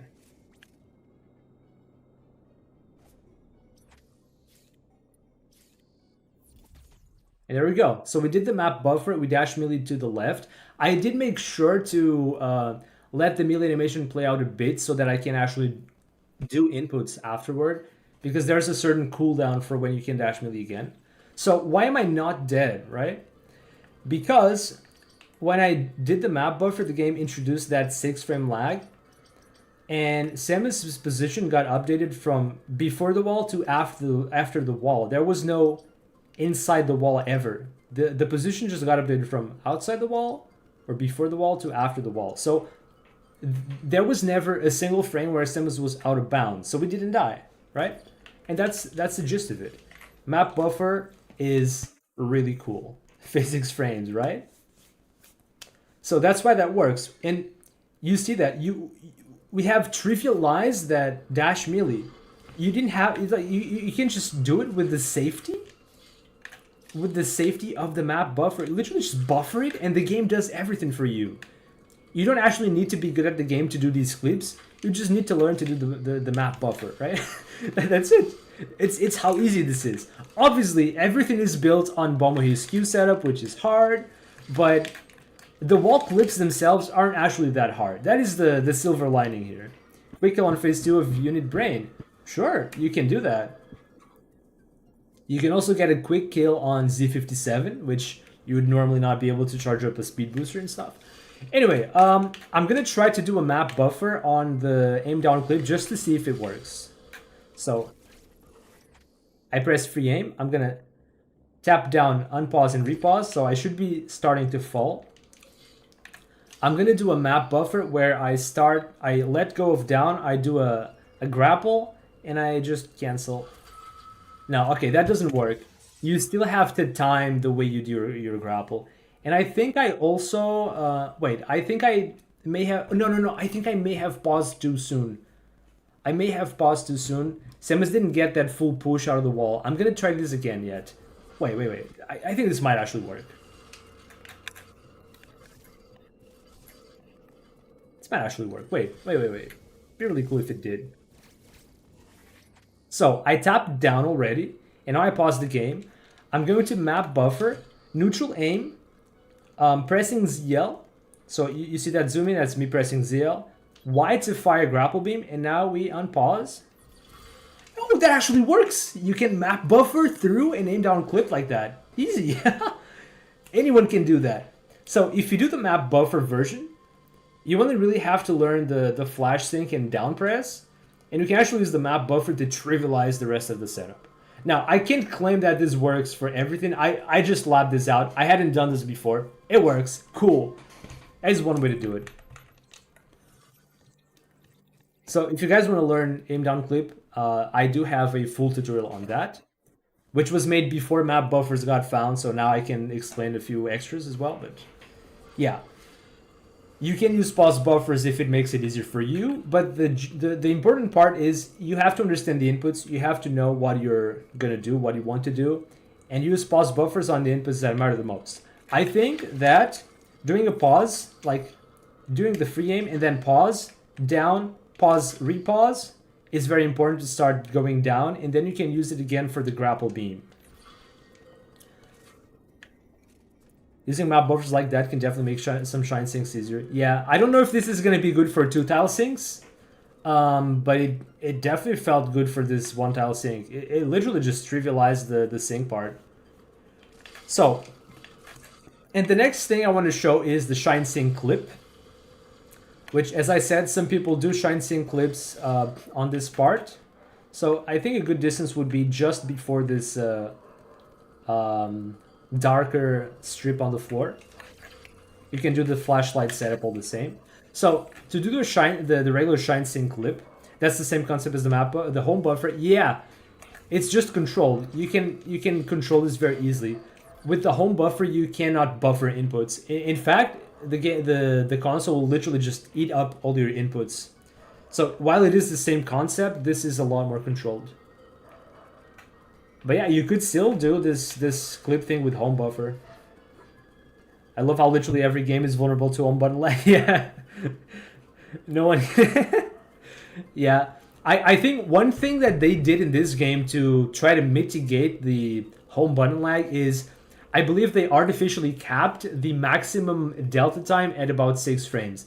That's why the game skips 6 frames if you home buffer. And it doesn't skip more. I feel like it should skip more, but it just caps at the 6 frames to prevent you from explaining too much. We're already able to do 7-tile clips with map buffers in some places. So if we lagged more than that, we'd be clipping like the whole map. That would be super cool, but unfortunately that's as far as we go. So to do a shine sync clip, the flashlight setup is the same. You press B to start shine syncing, but you don't press free aim. You actually do not press free aim. Instead, you will slide forward. So let's see what it looks like if you slide forward. You can also, because this is next wall, you can also do the double flash setup. Oh, I forgot to grapple. No, this is correct. You want to slide forward. Even if you die, that's all that I explained, right? I never mentioned grapple. But you want to slide forward and fire grapple beam at the same time. So let's do that properly with grapple beam now. The OG. This is the OG shine sync method. I'm gonna do it close here. Okay, that was actually a mix. I accidentally pressed free aim. You're not supposed to. It doesn't exactly hurt, but you don't need to press free aim to do this. But that's the shine sync clip. So instead of free aim, down, and grapple, you will slide grapple. You know, slide forward and grapple. Let's do it one more time to let it sink in. No pun intended.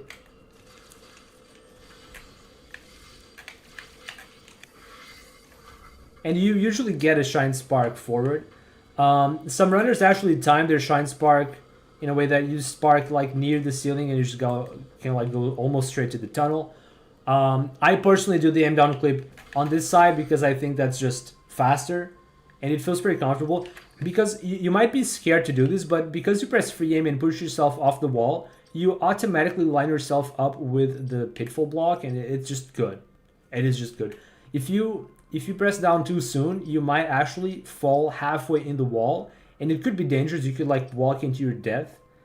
But yeah, as long as you do the trick carefully and following the steps properly, you should not have that problem. So now we grab screw tack, and now we got a bunch of clips left to do. Let's do them. So the sequence in which I jump out of here is to slide, coyote, and I do a single wall jump after the screw blocks. Well, actually, let's see if I don't mess it up. Oh no. Okay, I'm gonna do it again just to show how this is. This is what I usually do in runs to avoid picking up that missile tank. I do a single wall jump. I messed it up. I timed the morph a little late, but anyway, we're gonna repeat this, so I might be able to show this correctly at some point. But I still wanted to pick up the missile tank anyway, so we can free this area. The next clip I'm going to explain is called the neutral jump clip. I do have a tutorial specifically made for the neutral jump clip.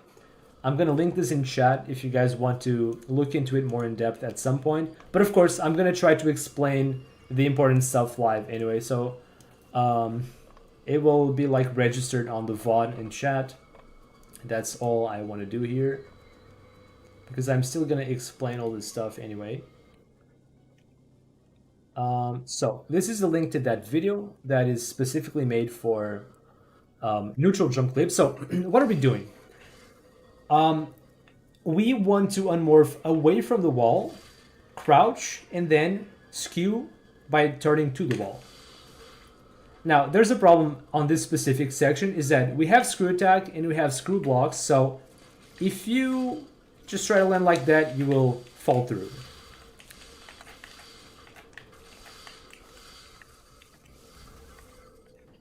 And we don't want that. So you can free aim when you're jumping to cancel out the spin jump. So you're already locked into the screw frame the moment, into the skew frame the moment you jump. But by pressing free aim, you cancel the spin. You can actually press free aim kind of late, but you want to try to do it early so we don't break the screw blocks, right? So you unmorph facing away from the wall, crouch, frame to skew, as many retries until you get it, as many retries as it takes until you get it. And there it is. Lean on the wall, slide away from the wall, in this case to the left, tap L to stand up. And now we're gonna do, I'm gonna do the trick and I'm gonna explain it on the switch clip. Wait.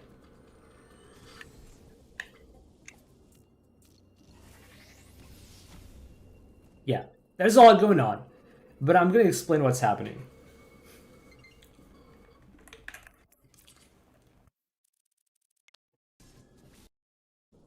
So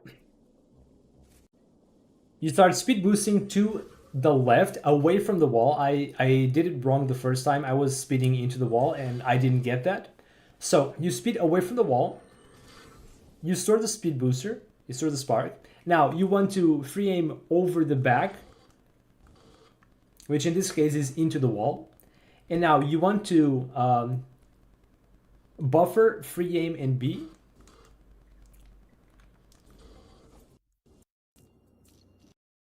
Damn, how am I going to explain this?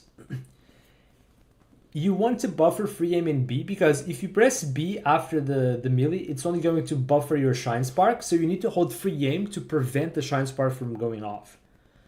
And then you're going to jump, and so as soon as you press B, you immediately pause. So I know that I have paused the game after jumping. You're going to release free aim to move into the wall. You can actually see, because this is like 1 frame pause or 2 frame pauses. It's not possible to see this, but so you buffer your free aim and jump after the melee animation. You pause immediately after jumping. You release free aim to go forward. You unpause and repause. Samus goes deeper into the wall, and then you unpause and press B to shine spark. This is going to be hard to explain. I think that I did a very good explanation in the video that I linked. So it's going to be difficult to do this like without slowing down the footage and showing the specific frames, which is something I did in that video, thankfully. You guys can check that for a more comprehensive explanation anyway. But what happens is, when you're in the melee animation, as I explained before, melee animations have 2 parts to the animation. They have a first half that cannot be cancelled, and a second half that can be cancelled. So if I press Y in the middle of the animation, it gets buffered roughly at the point where Samus's cannon reaches like over her back. That's when the cancelable part of the animation begins. If I don't do anything, the animation goes on for a little longer, right?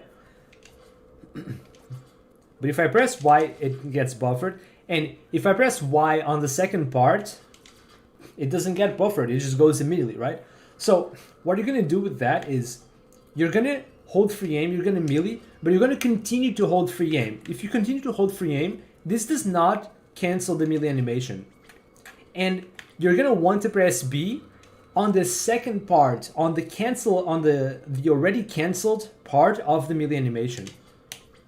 You're not actually going to buffer the B press through the first half of the melee animation. If you can do that, you pause as soon as you press B. The way I grip this is I have my thumb pushing the stick to the right. I press B and then I have the the tip of my thumb over minus. So I melee, B minus, just like that. So now I'm going to release free aim and I'm going to go forward for a couple frames and I'm going to release the stick and I'm going to unpause with minus and then press B to spark. So obviously I don't have a shine spark, but you can see that Samus started spinning. That means I pressed B. Let's see what happens if you do this with a shine spark. Again, I'm going to do this outside the wall so that you can visualize the inputs easily. Free aim over the back. Keep holding free aim, press B and pause. Release free aim, keep going forward. Unpause and repause. Release the control stick, unpause and press B. I might have died with this if I did this on a wall because I think that my unpause was a bit too long. You're going to have to learn to unpause and repause by pressing your inputs in quick succession. If you press too quickly, this happens. You press them at the same time, you back out from the pause menu, but you don't go back in. So it's important that you press them at distinct times, but very quickly, in very quick succession. B minus, B minus, B minus, B minus, B minus, B minus, B minus. Yep. Anyway, I think you get the idea. Let's do the trick again. And this time, I think you're going to understand a bit better what's happening.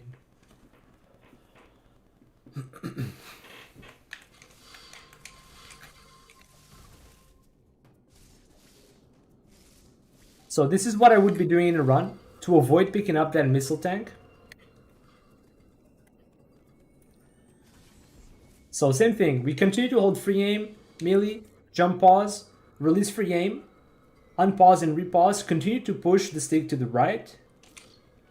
And now I'm already starting to go into the wall. I'm going to release the stick, unpause and press B.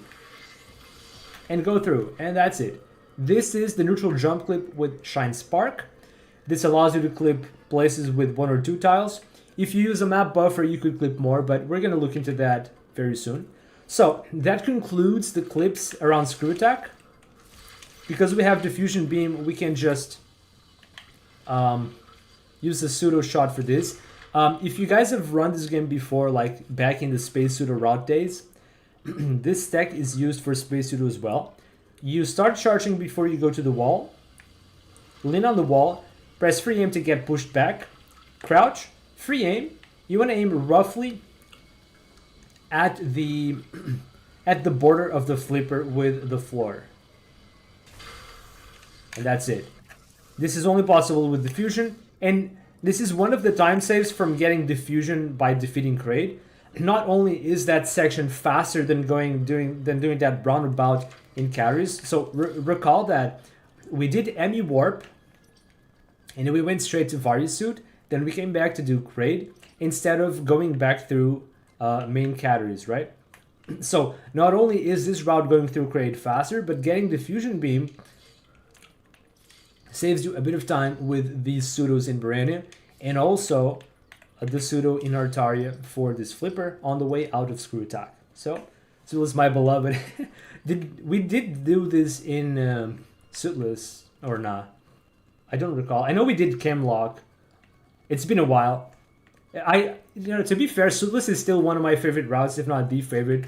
I absolutely enjoyed doing the axis skew on the purple Amy. That was like the highlight of that route for me. It was really fun.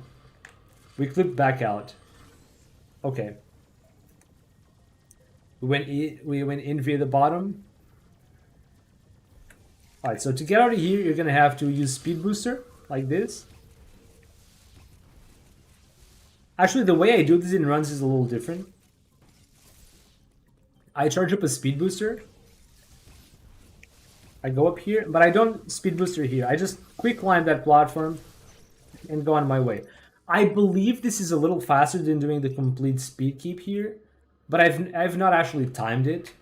But I believe this might be faster. Maybe one day someone will time it, but I do this in runs to just like skip that speed keep. So now we want to get to red. That's it. Be very careful not to lose your Bomohe skew. That is very important. I'm gonna save here. I think this is the last save. Oh my god, last save point I have before the next couple sections. I'm gonna try my hardest not to lose Bomohe, but this is like the last save point. So if anything goes wrong, I can come back here. Alright, so we got screw attack, we got out through the flipper, and we got to red. We're gonna go to categories, and now in NMG, you would get speed booster, and you go do quiet robe, and then drug skip, and then Gavin.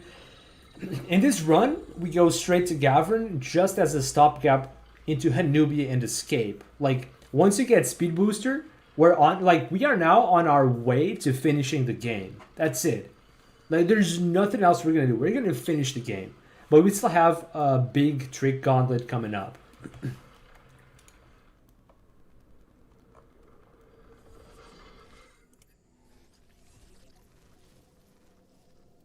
Have people found a non-Bomohe skew state since the old suitless days? Or is it that just the way to do it now?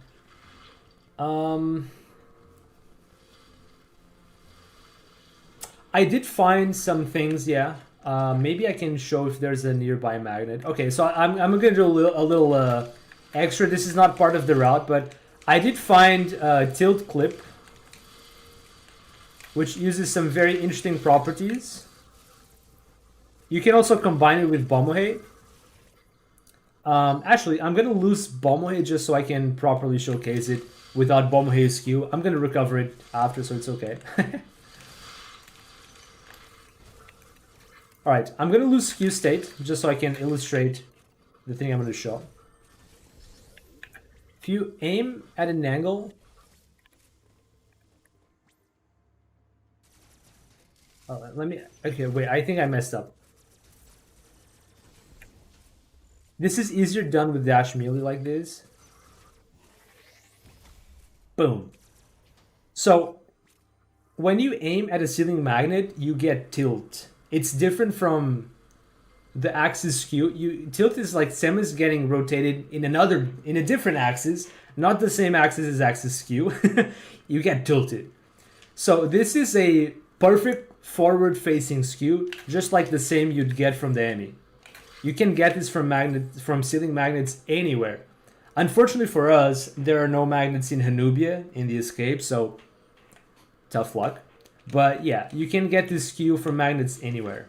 You can also combine this with Bomohe skew. You can basically keep doing this and get more angles.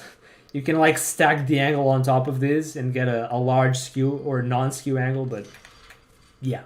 So if you combine this with Bomohe skew, you can do some really fun stuff. Let's get skew again. I'm gonna explain this setup later. Oh shoot, I snapped back. Damn it. It's really hard for me to run the game these days because snapback actually kills if you're gonna do clips like that. That is why it's a good idea. Even if you have snapback like me, you can use the pause buffers to facilitate the clip. I died because my like control stick didn't really neutral after I backed down. It like lingered down and the grapple hit the floor and I died. But anyway. Oh my god. Okay, dude. Can I please get the speed going? So this is a very good spot to get skew again. You can easily recover your shine spark on that slope. So if you accidentally lose Bomohe on the way back from screw attack, you can set it back up here.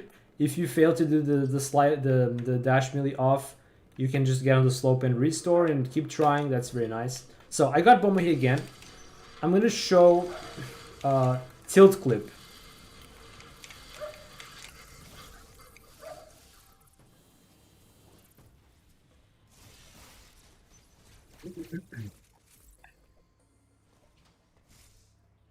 You get a pretty fun interaction when you do that magnet tilt with bomb HQ.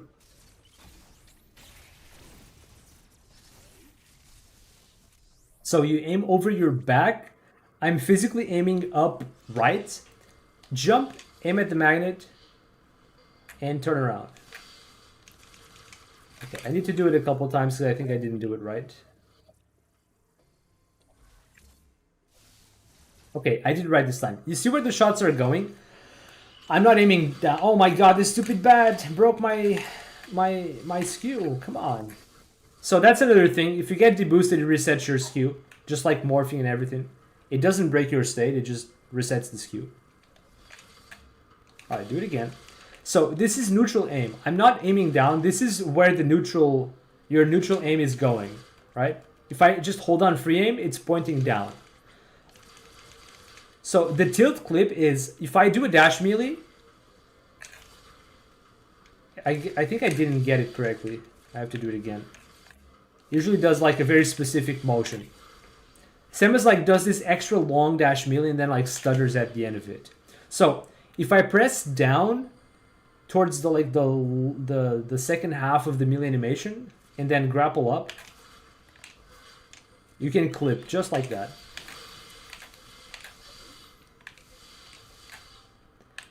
And you can also combine this with Shine Spark.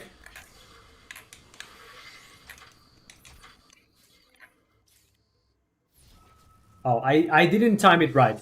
But technically you can clip down on a 3 or 4 tile floor if you time that map buffer properly. She's going downward. Yeah. So she's like tilted downward. So she's tilted and because she's facing forward is like making her aim downward. And the melee pushes you downward into the floor. So it's basically like a do-it-yourself shine sync without the shine spark. It's kind of funny because this is the only known floor clip that does not require speed booster. So you can actually use this in the early game to get speed booster. So if you do multi-file, you can get tilt clip and get speed booster through this valve here using a map buffer or two. So yeah, you can use this to acquire speed booster out of sequence without ever visiting Barania. So from the upper part, this is really fun. You can either take this route or just the valve. It's really cool. What about Phantom Slip? Well, Phantom Slip works too, but you can just like tilt clip here easily. But I don't want to explain Phantom Slip. It's hard to explain and it's not part of the route. Tilt clip is just easy to showcase. Ugh.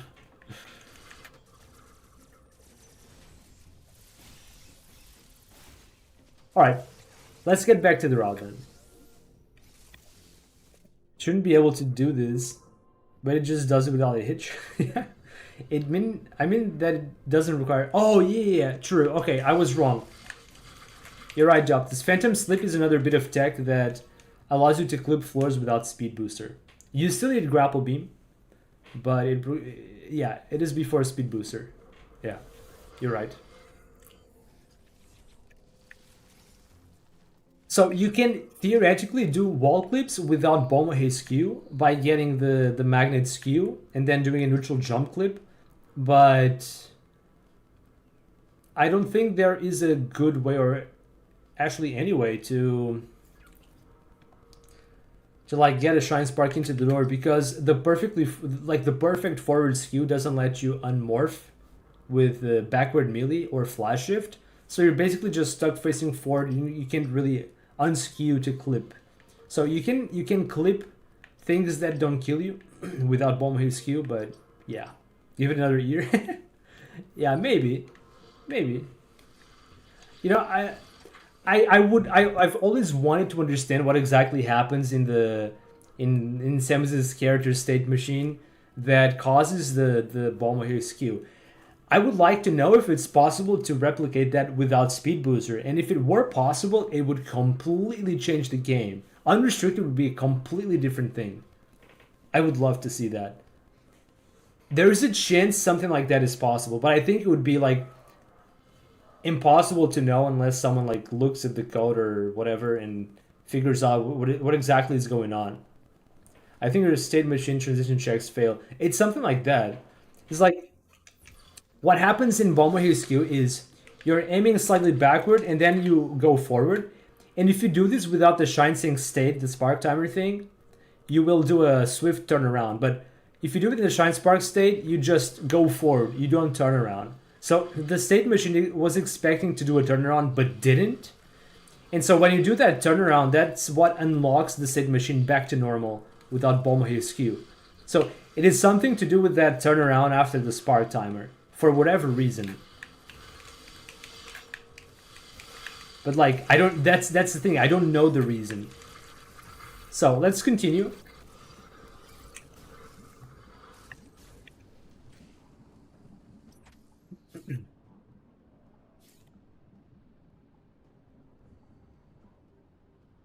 So we take orange teleportal to go to Gavrin.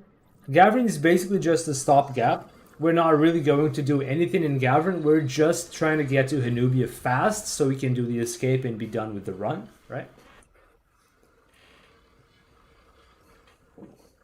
So I'm going to explain how to do another kind of clip. And the explanations are going to be ever shorter because most of the stuff has already been explained in the setups that we've done before. So, okay, I'm going to do another extra content here. Earlier I talked about a Hobbit skew. Sometimes when you skew, so usually the game deterministically faces you backward at a consistent angle, but sometimes you get a very wide angle, something like this. I'm gonna do it on purpose. If you do a skew while landing, you get a wide angle like this.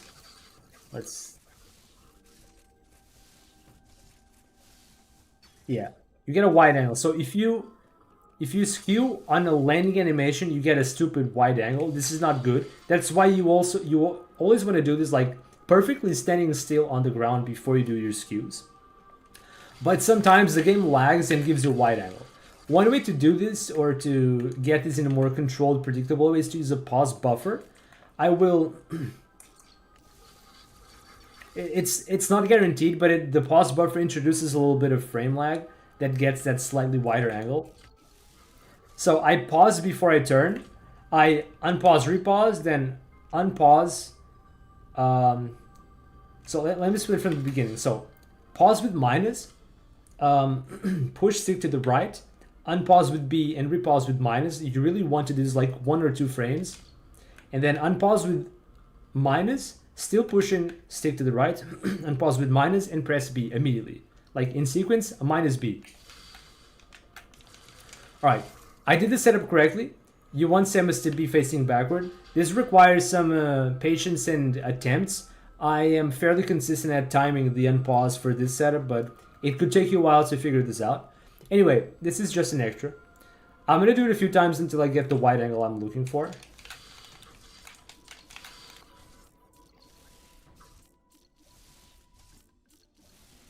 Got it. So, this is the called Hobbit skew. I did it with the pause buffer, but you can actually get this without even pause buffering, without even trying, just randomly. So, I am going to use a pause buffer to a map buffer to try and clip here. It's going to be tough. I might not get it first try, but I'm going to try.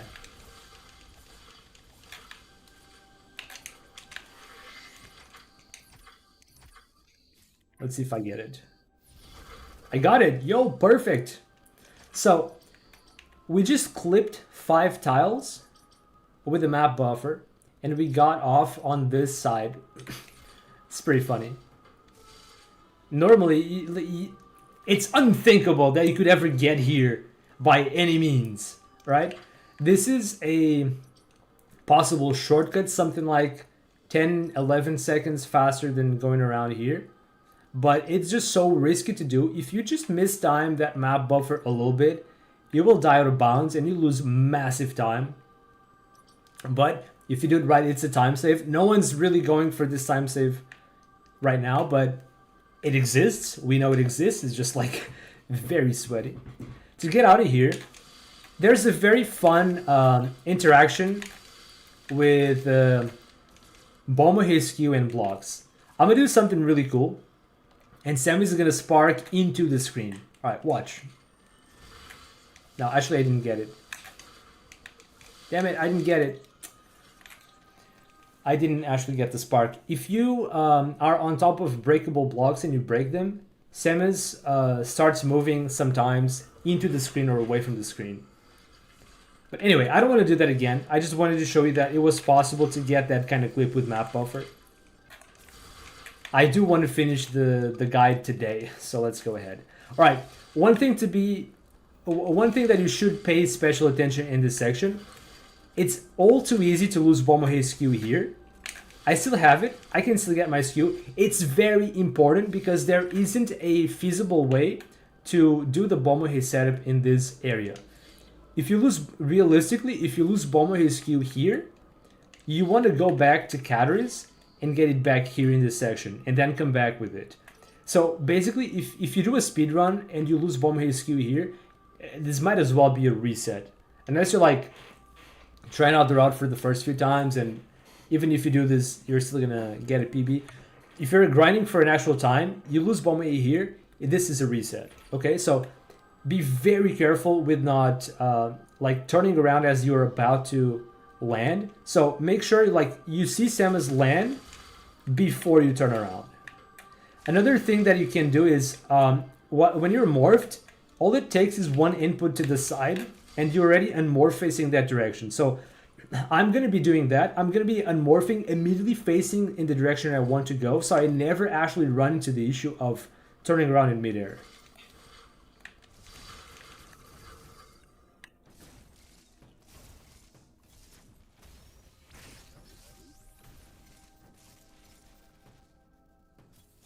Alright, so this is where you need to have your skew.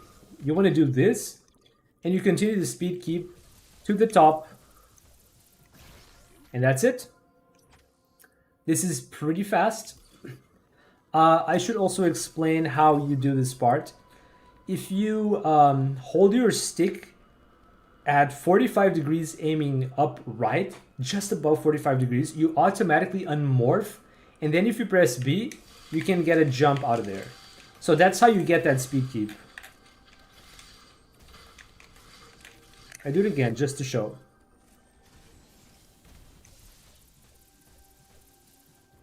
That's it. The alternative is that you'll just fall down and you can charge a Shine Spark to come up. If you lose Bomohe here, there's actually a save station downstairs you can use to get Bomohe again if you fail. That's it. If you do the Bomohe setup while you're ready, if Bomohe, nothing really happens, you still keep it. That's it. Alright, I'm gonna explain another kind of clip. We used to do a Shine Sync clip here to get into the Golzuna room. Golzuna won't spawn because we haven't released the X, but this was one way to get around this part. Another way is to do a door clip. How are we gonna do this? So, you want to unmorph. It doesn't really matter what direction you unmorph for this trick. This is called the mini tornado. How does this work? So as I said, for some tricks the initial angle matters. For this one, it's whatever. You wanna, so in one single motion you want to crouch by pushing your stick down. You're gonna leave it down, and now you're going to swing left and right, like this. Once you master that distance, you can do this quickly. But it's important that you press down, keep it down, and then do the spin. Because if you do it this way, you can never morph. If you were to release to neutral and then press down again, you morph. But if you do it in one motion, you don't morph and you just do this sideways. And the game will never try to unmorph it. Unless you push up too far and back down. Then you might morph. But that's only if you're not too careful. So be careful not to swing like too far to the left and right, or you might risk getting up or morphing. So yeah, what do you want to do? You want to turn around like this about, I think it's something like 16 times. I don't recall the exact numbers I gave in my tutorial because I already have a tutorial on mini tornadoes. There is a specific number of turnarounds you want to aim for. Let's go with 20. 20 is like a very safe spot. I recommend a few less for speedruns, like 16. You can go as low as 12, but we're going to review those numbers with the rest of the trick. So I'm going to do about 20 turnarounds. And now I'm going to stand up. Now, you want to skew backward. Again, this is frame 2. You can see the shots are slightly far apart. So I have a pretty small angle. So you lean on the wall. And now you start running away from the wall.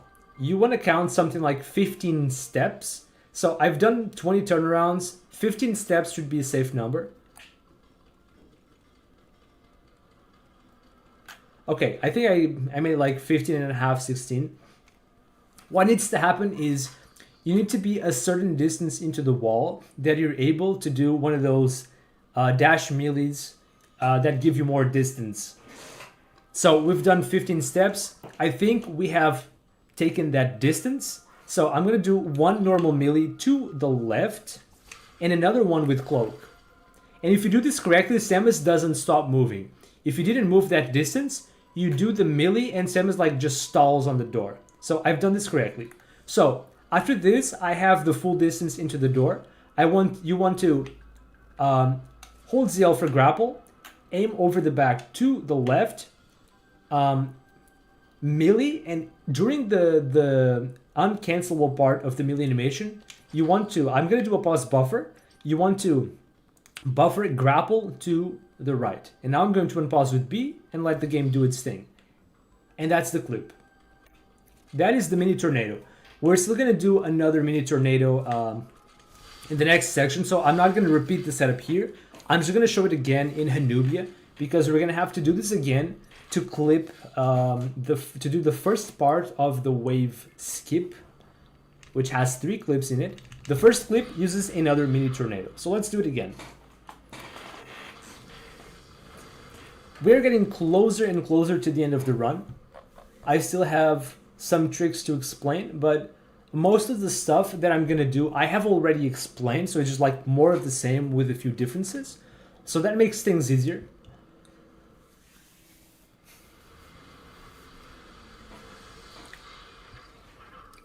I'm gonna show you a small trick called Best Time Save of the Year, which is when you shine spark through multiple transitions like this. I guess I should also explain how this is done. Normally, you can't really do any inputs while you're sparking, but if you press R to switch to missiles, you actually let go of your beam. Like that. So you just start charging in Shine Spark, and you press R to fire your shot. So let's see. I'm gonna open the door. I'm gonna do it again. Open the door, Insta Spark forward, and start charging. Release about in the middle of the bridge by pressing R. See that? There are like 2 or 3 places in the whole game where this is done in speedruns, but it's pretty cool. Okay, so you get to Hanubia and you get to here. Yeah, what's up, hamster? Marion Vander. I'm not even sure how to read that. How do you read that name? You got to tell me sometime in the Discord because I never ask. Sorry, I'm sorry, dude. I don't know how to read that. I don't want to butcher your name, okay? Anyway, you come to Hanubia and you come to this Atom room. Again, answer is fine. Okay, that's why I've been sticking to that name. Let's be honest. So you come to this room. This is another one of those Atom rooms that you get to skip because we've done Atom skip early on in the run in Cataracts, right? So normally you'd be going out here and everything, but we want our fast road to escape and power bomb, so we're gonna clip that wave door. How do we do that? We're gonna do another mini tornado. You can't really exactly do it down here because then you have to remember that grabbing ledges will cancel your skew. You keep the skew state, but it cancels your current angle. So you should do it up here. Again, push the stick down, keep it down, and now swing left and right about 20 times. Frame 2, backward facing skew. Lean on the door, walk away to the left about 15 steps. It's fine if you get a little extra. Like, I think this is the 20 turnarounds and 15 steps is a very safe number. In an actual speedrun, you can go lower. You can try to optimize these numbers on your own. It's not something I'm going to stress too much. As long as you make it through for the rest of the setup. Now, one melee with cloak. We're going to hold ZL for a grapple. Just prepare grapple immediately. Aim over the back. Melee. And we're going to buffer right and firing the grapple. And we go through. And that's it. You don't actually have to pause buffer. I am scared that I'm going to snap back and or just aim slightly upward and it's going to hit this ceiling and I'll die in the transition. You don't actually need to do the pause buffer. I did it because I honestly think I might die. If you have an issue with snapback and stuff, I recommend doing that pause buffer. But you can actually just buffer the inputs without pauses just fine. So now we're going to do clip number 2 for wave skip. Remember that this is 3 clips. This is the second of 3 clips. So we've already learned how to do the neutral jump clip, but I actually skipped a simpler explanation. There are 2 kinds of neutral jump clips. There's the neutral jump clip with Shine Spark, which is what we did for Screw Talk. And there's the neutral jump clip without Shine Spark. Did this fix the name? Yes, I see hamster now. Okay, that is a lot easier to read, thanks. So, neutral jump clip without Shine Sparking is very simple. You simply unmorph away from the wall, crouch, frame 2 skew. Actually, for a crouch, it's frame 3, not frame 2. So it's gonna take you it's probably gonna take some muscle memory to figure out all these timings for standing skews and crouch skews and everything. But if you don't get the right frame, you just repeat until you do. No big deal. Neutral jump clip is particularly easy for that reason. Now, actually, mini tornado is not so much because you have to do the turnarounds before you skew. So if you get the wrong angle, you're gonna have to redo those turnarounds. Anyway, you want to unmorph away from the wall, crouch, pace forward. If you don't get it, you just try again until you get it.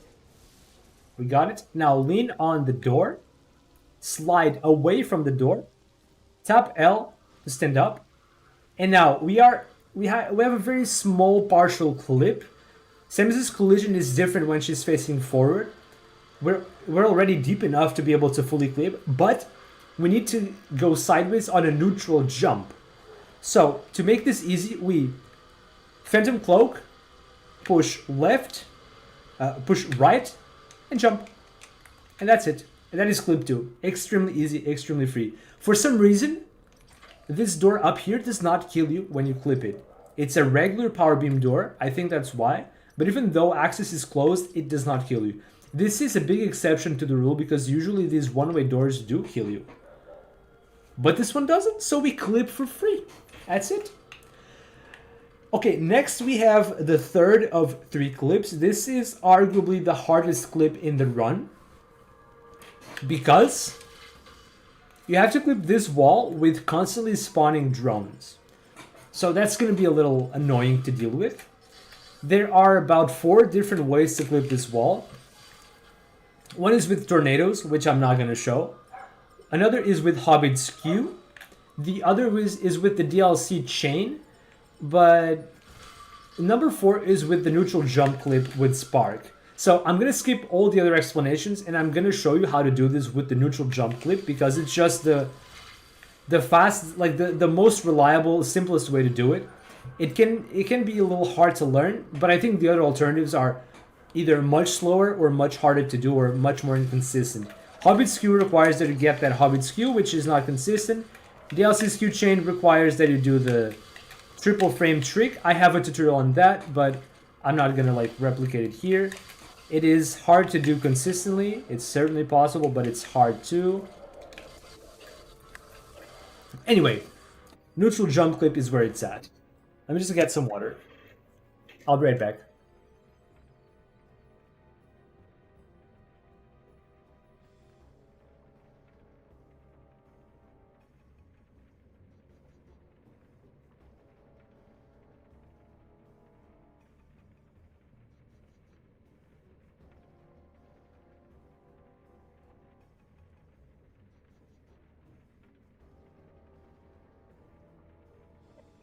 Okay, we're back.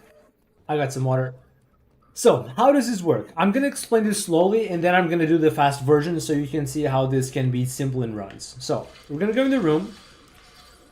We're gonna unskew away from the wall, crouch, get the skew frame facing the screen. We're gonna build a speed booster, and now we want to lean on the wall just like we did for the screw attack clip. This is basically the same clip we do for screw attack, but now we have to deal with drones spawning on the wall. So, you kill them and lean on the wall, you slide, tap, free aim, unskew, jump, buffer, go forward, and spark. So same thing we did for that clip after screw attack is what we do here. So I'm gonna do it in one go.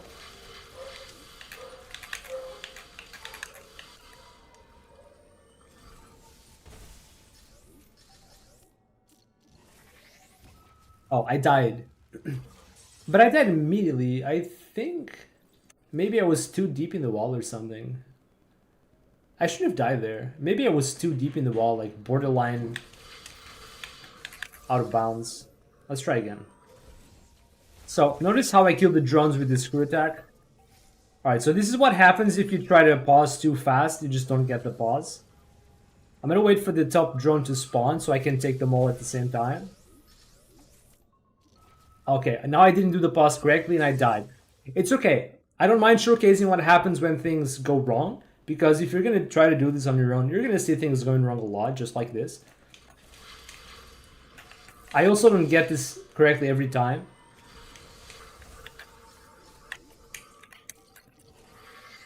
So I'm about halfway into the wall, and this time it works. I didn't do the map buffer. I just paused to see it. So one thing you have to keep in mind is with other setups, there is a risk that you can jump too high and clip into the slope. You will die if you clip into the slope, so you don't want your jump to go too high. But with the neutral jump clip, you don't really have that issue because you're gonna die before you reach that height anyway. So I don't think you ever really get the problem of clipping towards the slope. So why does this work? Because when you cross this wall, you go into a long room transition that creates lag, and it's like it basically gives you a little map buffer, as it were. It just kind of extends the distance that Samus goes. So you were before the wall, and now you're already past the wall. This is actually 3 tiles. The maximum distance you should be able to clip without any lag and buffers and stuff is 2 tiles with Shine Spark. So the fact that we're clipping 3 tiles, it means that the transition is actually helping us clip through. Another thing is, if you're not deep enough into the wall, you will either not clip or you will die out of bounds. Kind of like I did earlier, but the way I died earlier is like I died on the wall. I'm not sure why that happened. But if I was just a little bit further out, I would have died before the transition in the second tile. That can happen too. So you want to make sure Samus is deep. And if you're not deep enough, you can try to do a map buffer to go through.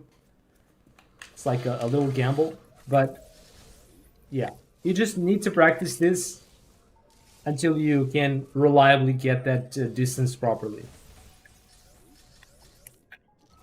Damn, I am messing up the pause. That's why I said earlier, it's very important that you master timing your pause and unpause. B into minus. You never want to press B and minus same frame. You want to press B and minus in very quick succession, but never at the same time. If you do it at the same time, you just don't get the pause again. Like that.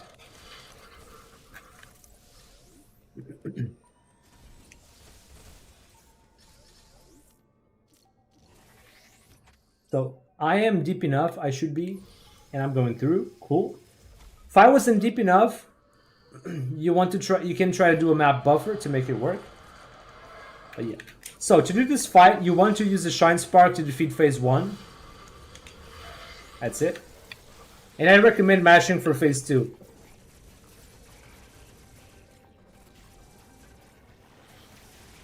I'm gonna try to show you what happens if you Shine Spark in phase 2.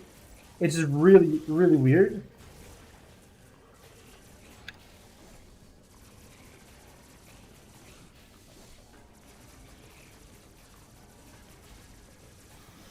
Okay, I'm gonna take the hit here. I'm gonna try to get a Shine Spark while fighting this guy. It's gonna be extremely hard.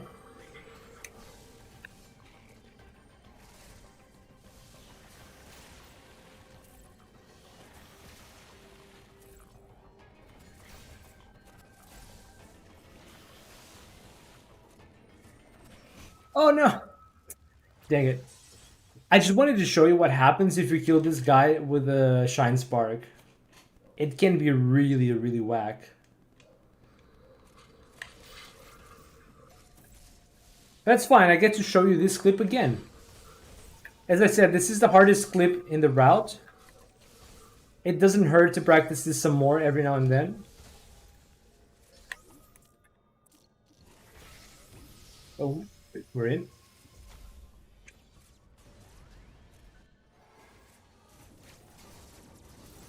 Oh yeah, first one is Spark.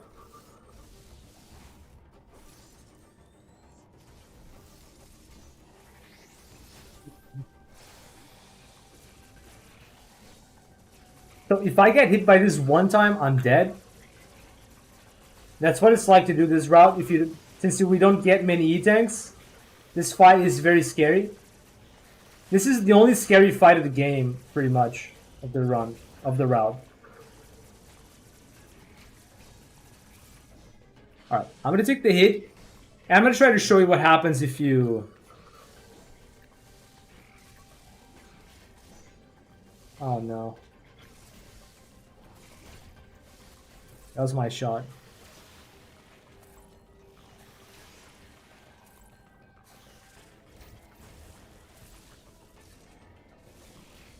Oh my goodness. I need to start building the Shrine Spark immediately after the ground attack. Otherwise this isn't gonna work.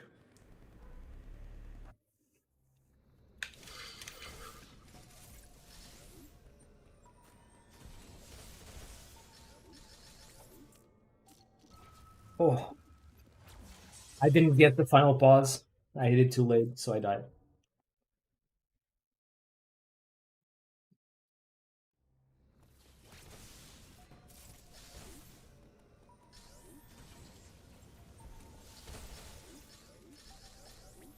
Oh.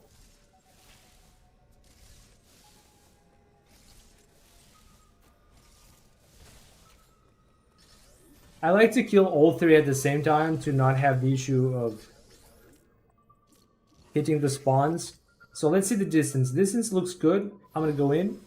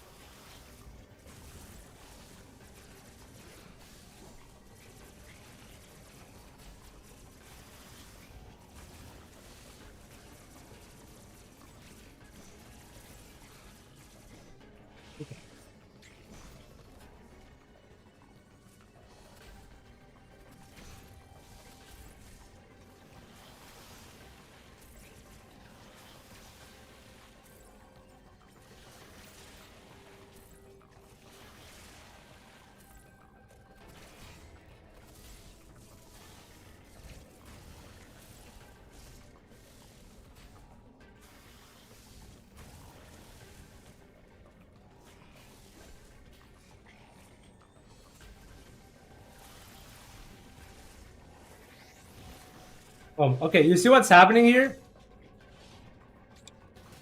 Have you any idea where we are right now? Because I don't. I have no idea where we are right now.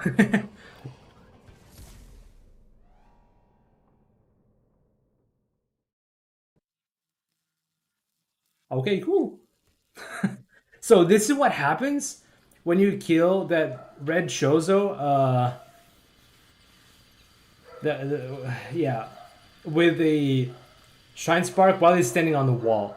I have no idea where Simus is right now, but we're about to find out, okay? We're about to find out.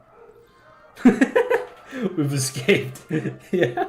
I think Every time I tried this before, I died, so I'm not exactly sure what's going on. We have somehow survived. Where the heck is Samus right now? Oh. I guess we're fine. Okay, so we just went somewhere. Sometimes this puts you like super in bounds, like way over here, some BS like that. So I wouldn't recommend. You can finish phase 1 with the Shine Spark easy peasy, but phase 2 you probably want to do mashing to avoid that weirdness. We got off easy, but that's not always the case. So next up, we're gonna do optimize stretch, reduce lag frames. Maybe. You know, that wide screen is like Samus gone to heaven for a moment and then back. I genuinely don't know where Samus was. It looks like she turned around for a transition. It's like we were in a different room and then we transitioned back to this point for some reason. All right, next up, we are gonna do a aim down clip. So there are actually two ways to proceed next. I'm gonna show the general way first. So I killed that drone to make it spawn power bombs. I'm gonna blow up this part of the bridge and collect some power bomb pickups. So we don't have to go any further than this. We just blow up this bridge. We blow up these bridges and then we blow up this one and we go back. We don't have to blow up anything else for the escape. We can just go back now. What you see me doing the runs is I blow up these bridges, but I don't come up here to blow up this one. And after that, you want to make sure you have your 2 power bombs filled up. And now we're going to do an aim down clip here. So I've already explained how to do the aim down clip. You need to do the flash slide into the wall. Yeah. Some people actually do it on the platform. But this wall is very weird. So I said before, 90% of clips are all the same. This is one of those 10% exceptions because this pad really gets in the way. It makes the distancing for the flash shift seem weird. If you do the same double flash shift setup, you don't really get the slide the same way that you do. I can still do the double flash setup, but I have to delay the second one a little bit to get the slide properly. Like this pad here really gets in the way of the flash shift distancing. It's really awkward. Some people do it here, like close to the wall. They don't, like, you step on the pad, but you don't let it go down fully. You can do it that way. Or you can do the double flash shift, or like full distance, if you will. Like here. It's like a couple steps before those 2 buttons, if you can measure that correctly. Or just a little delay on the flash shift. Like that. Anyway, we're gonna do an aim down clip. And we're gonna have to L and walk away and press down around this point. You press down, but you fall with some momentum and go forward. And then you want to aim at a very slight angle, like this. I usually do a pause buffer for this angle because I can't really do this very well with without the buffer. I usually just like aim too far up or too far down. I don't quite aim right. So I usually do a pause buffer for this part. So this is how I do this step. So I pressed down before I paused. Now I'm gonna hold free aim. I'm gonna aim a little high, like not very high, just a slight angle, and cancel the pause and go down. So we have done an aim down clip through here. Let's see where this coincides. So I can't really shoot up, right? We can't have the camera here. Damn, the camera's just going away. So we actually sink down after the first tile, like the first tile after the recharge station. The end of that first tile is where you want to sink, and you go forward a little bit with momentum and you can still make it. So I've already explained what the aim down clip looks like, what are the steps. The only difference for this one is that you don't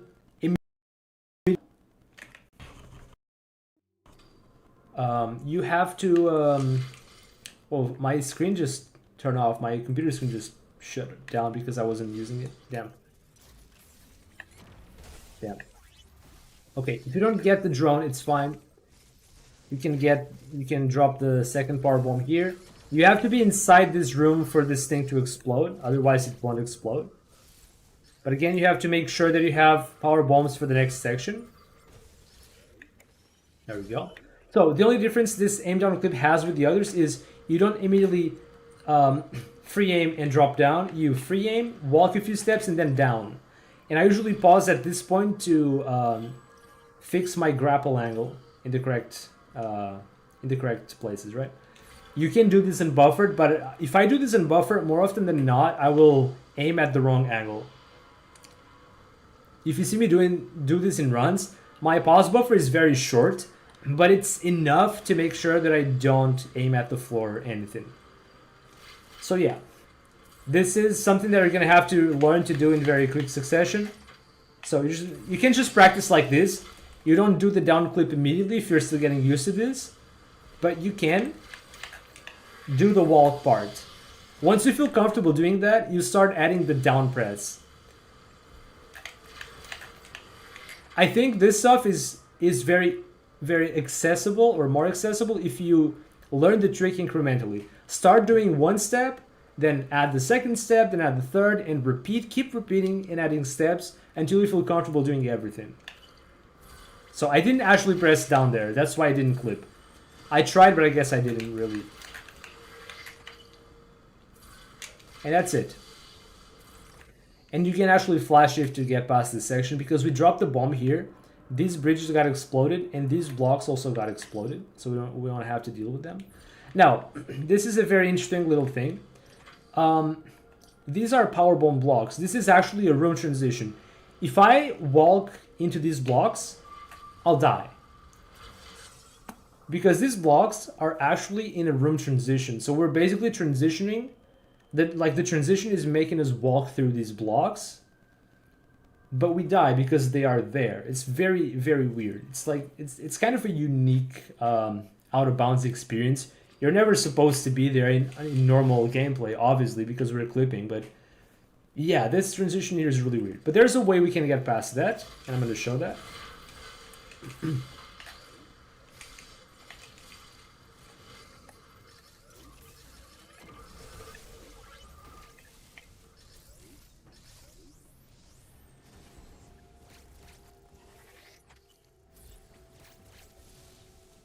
So instead of like just running through at full speed, you're gonna just slightly tap until you're next to it. If you tap here, Samus doesn't actually go through. You just tap left. You can see she's trying to move, but the collision is stopping her from doing the transition.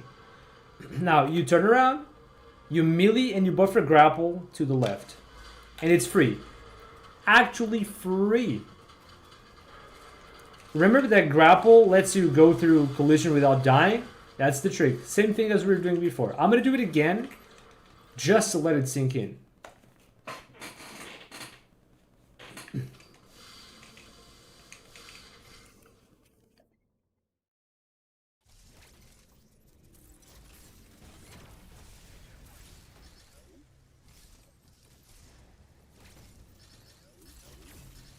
I got the PP drops, but I got them too early. Ideally, you want to drop your power bomb here before you go in, so that when you do go in, you get the power bomb drops after you've spent your power bombs, so that you don't have to do this. Anyway. Alright. I paused before I actually got to press down. Happens. I pressed down so steeply that I actually lost all my momentum and I still made it.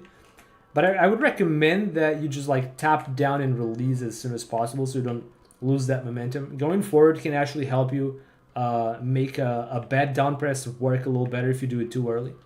Anyway, just slow step to here and then grapple through and you go. You can melee before you turn around to like stay in place. There's no danger of going out of bounds here. Now we're pretty much locked in this part of the room. So what happens next, chat, is we're going to try to defeat Ravenbeak X without Metroid Suit. We need to drop power bombs here. and again before we transition.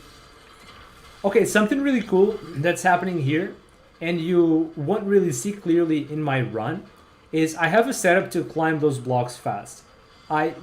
So I've already destroyed the powerbomb blocks, but I can still normalize against the wall up here. I'm here.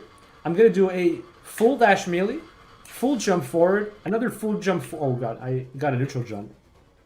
Full dash melee animation, full jump, and grab and climb. This is what I do in my run. Normally, you're gonna have the powerbomb exploding in your face, so you're not gonna be able to see anything for like 2 or 3 seconds.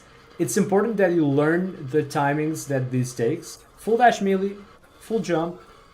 You're gonna have to be perfectly normalized against the wall. Full dash melee. Wait. Full jump. I'm hitting the corner for some reason, but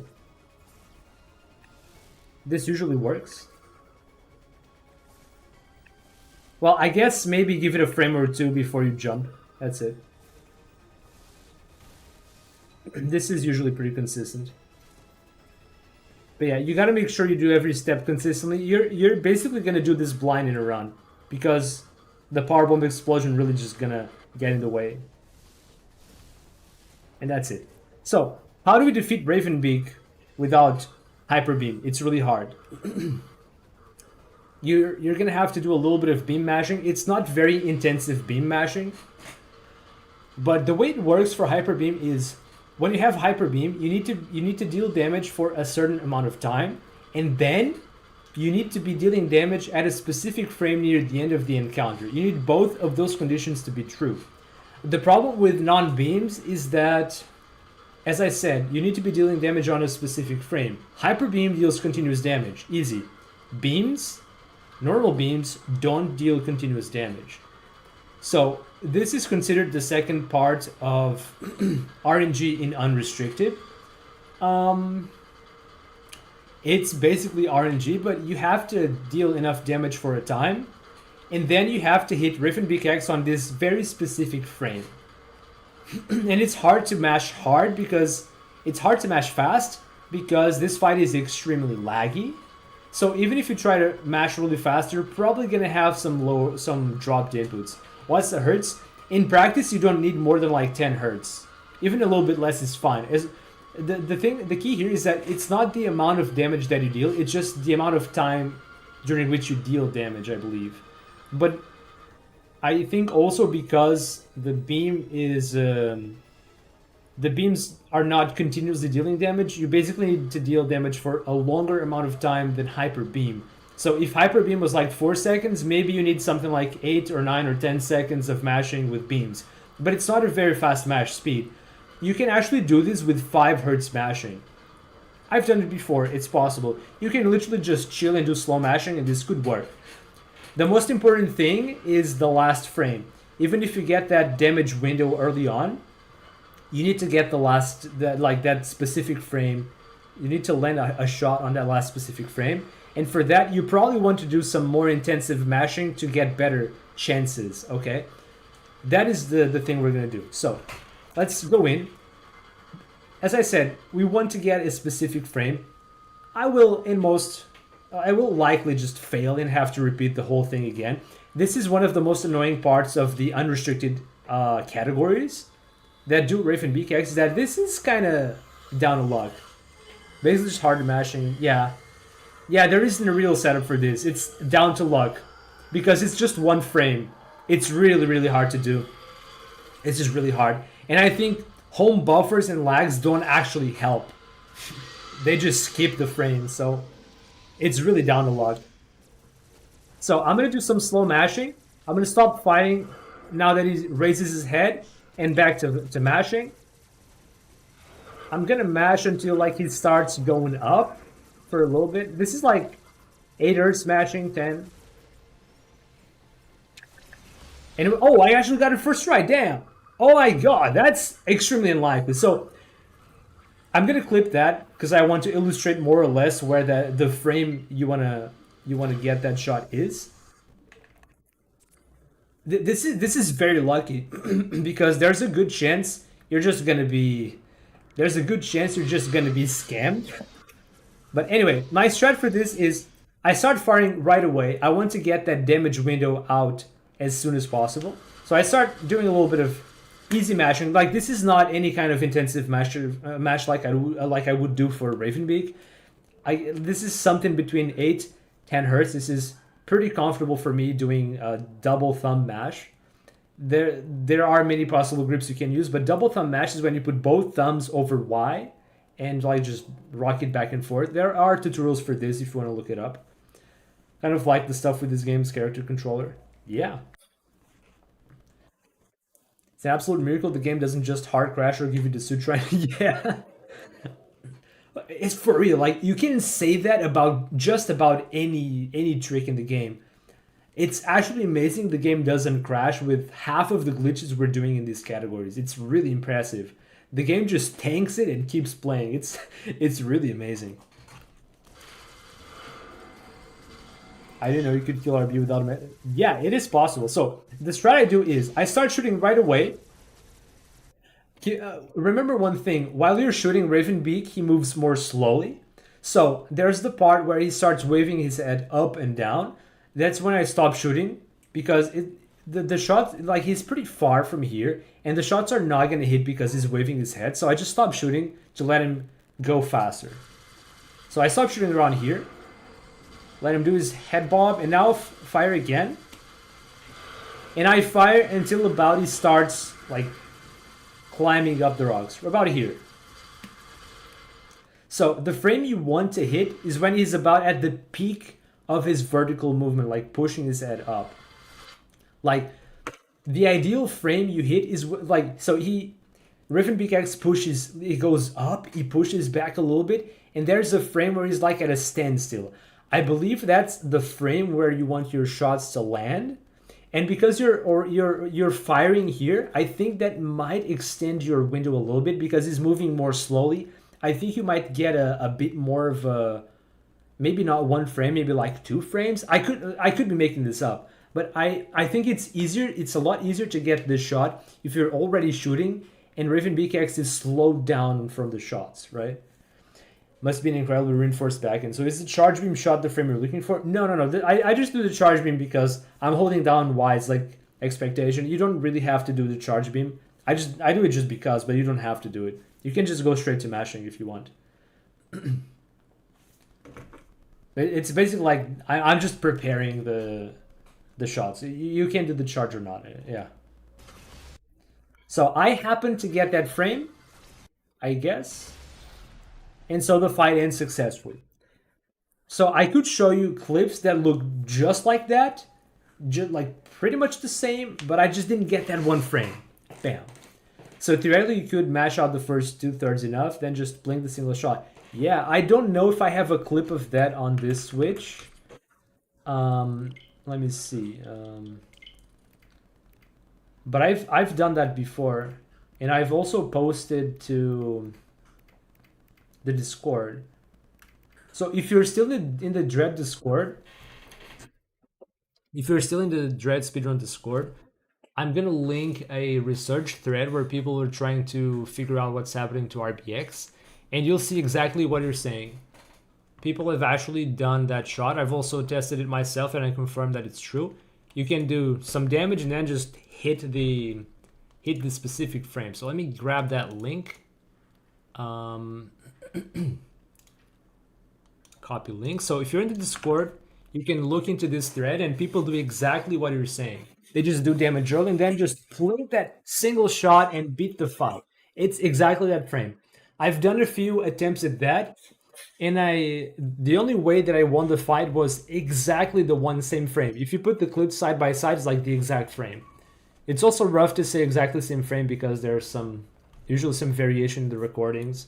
Even if it's not like Switch recordings, even if it's PC recordings, sometimes there's a bit of variation, but it's mostly due to the recording software, I guess. Yeah, we're gonna get some water.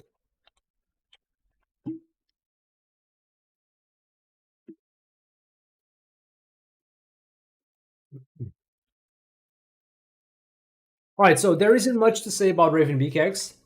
You have to do some damage, like 2/3 of the fight is a good enough estimate. You can try to copy more or less what I did there, and then try to get that last shot. Do a little bit of more intensive mash near the end of the fight to raise your chances at getting that single shot. But basically, that's it. I got it first try. That's kind of unlikely. You might end up resetting runs because RBX didn't cooperate. It just scams you. Again, I could show you clips where this is pretty much the same fight, but I just get eaten by RBX. And yeah. Fun fact, if you get eaten by RBX here and reset the checkpoint, the game lags. The game lags hard.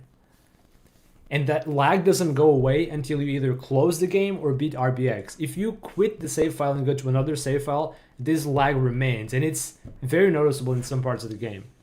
I unfortunately am not going to be able to show that because I got it first try, but it's what it is. Do you know what it's a single frame? Yeah. I think people haven't labbed this enough to know that it's a single frame, but the successes that I registered and recorded had the exact same frame, yes. So I believe so, but I don't think we have enough research in that yet. Because it's really hard to do this. Because if you reset, like, if you die at RBX, you have to do the aim down clip again, you have to clip those blocks, you have to do the fight again. So you have to restart from power bombs, basically. It's a bit annoying to retry. You could easily spend a lot of time with just a few attempts, and because as far as you know it's one frame, like the chance that you get it successfully is kind of low, and the time it takes per attempt is like, I don't know, a minute and a half. So yeah, you could easily spend a lot of time with not much to show for it, which is why not a lot of research has gone into this. So we've done most of the run. We still have escape left to do. I'm gonna show.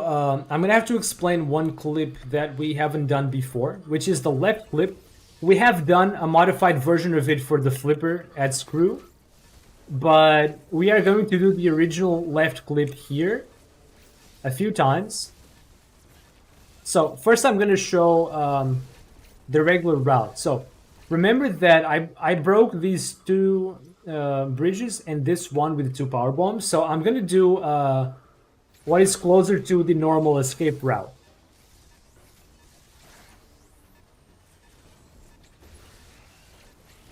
Oh no, I'm not supposed to spark there. I buffered it accidentally.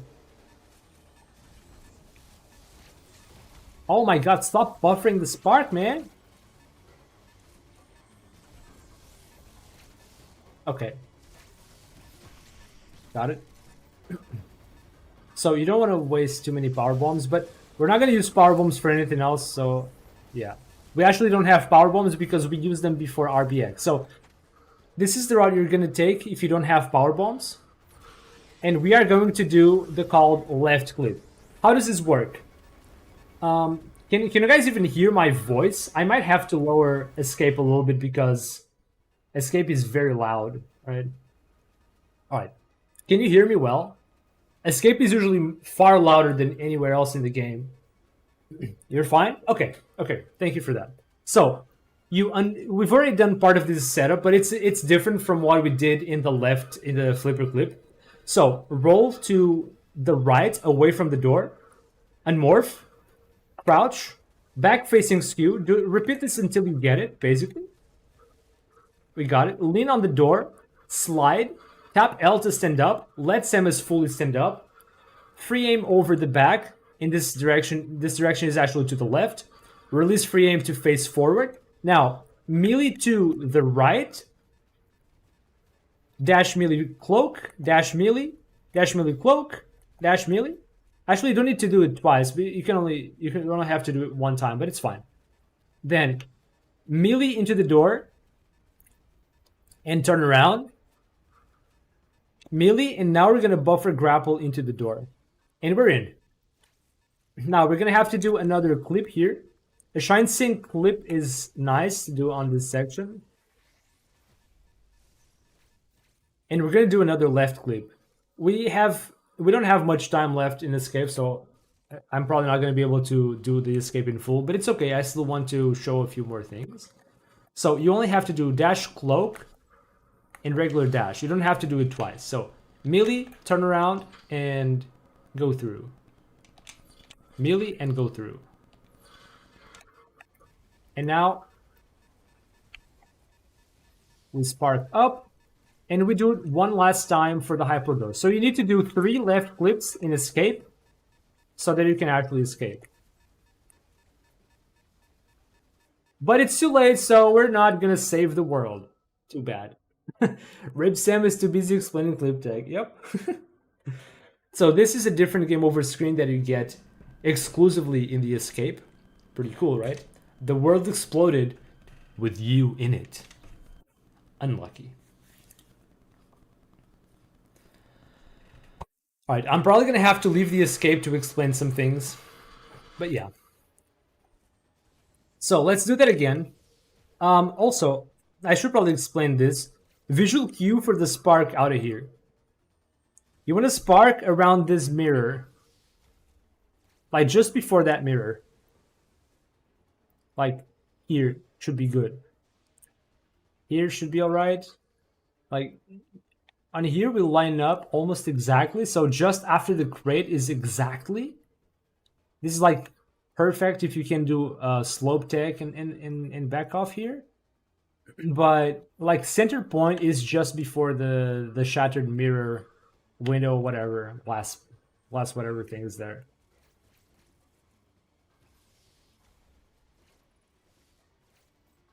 Alright, be very careful not to lose your... So remember that we did water slope skip. We're basically doing that here to climb fast and not lose skew.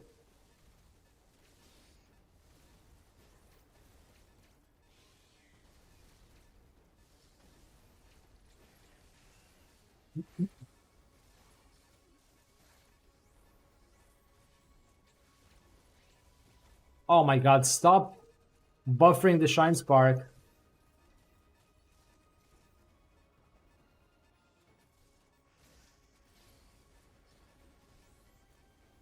Oh, I was not supposed to do that. Right, so left clip again. Roll away from the door. You don't have to like do that distance. You can just like tap right and unmorph, but I just wanted to sink in. You just unmorph while facing away from the door. Crouch, skew facing backward. Repeat this until you get the frame. Lean on the door, so jump closer to it. Slide to the right. Tap L to stand up. Let Samus fully stand up. Free aim over her back and release free aim to face forward. Now, dash melee cloak to the right. Uncloak, dash melee again. That aim over her back and melee to unskew. Then tap the control stick to turn around. It's a very brief tap, like after the animation can be cancelled. And now melee again and buffer grapple to go through. So you can buffer grapple during the melee animation without using pauses, but you can also use a pause buffer to ensure that you're aiming horizontally, because if you're not, you could die. If you have a slight angle, you could die during the transition. But it's up to you how you're going to do that. Now we do the shine sync clip here.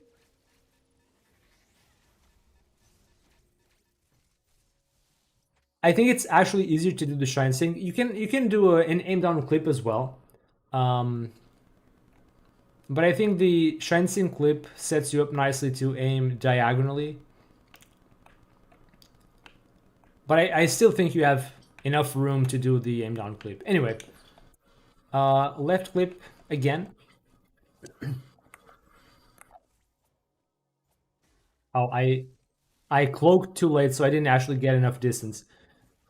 You want to cloak immediately after you melee. If you cloak too late, you don't actually get pushed in enough distance.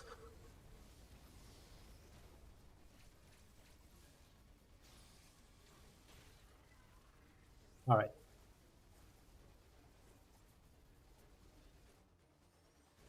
And we won't finish again. But anyway, I still want to show another 2 things in Escape. There are still 2 things I want to cover before I conclude the walkthrough. So one is here. Let's do this fast so I can actually have time to explain.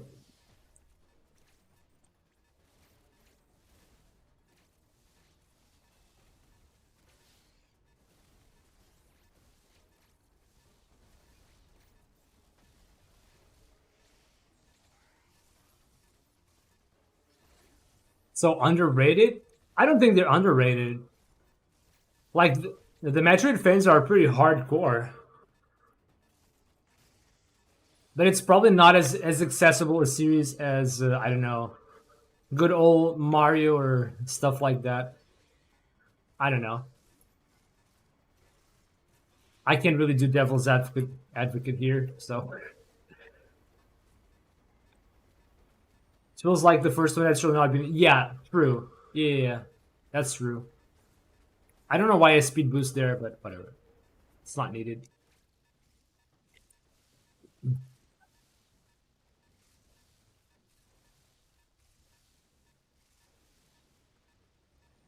Historically, Metro has been very appreciated. Okay,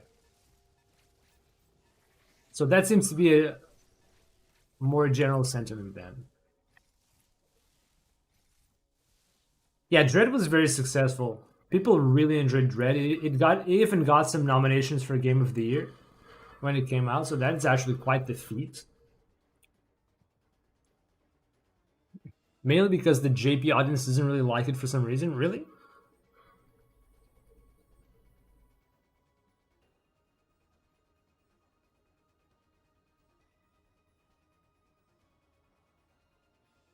Mr. Teabag, it looks like you keep the Metroid suit ability to kill anything you touch. Yeah, that's true.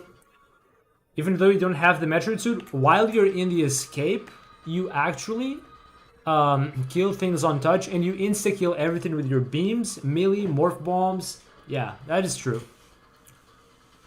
You can talk to Adam. Yeah, you can talk to Adam and save the game right here. It's fine. I can show what happens if you save the game here. But I still have a few things to explain before I do that. So, what I want to explain next is this. You see how this thing is here? So, which is correct? The game or the map? Which is correct? So, remember that when we defeated the Power Bomb Chosen Warrior, I only went to destroy these two bridges and this one. I didn't destroy anything else beyond this point. So we didn't actually come back to this room and destroy the bridge. But the bridge is gone.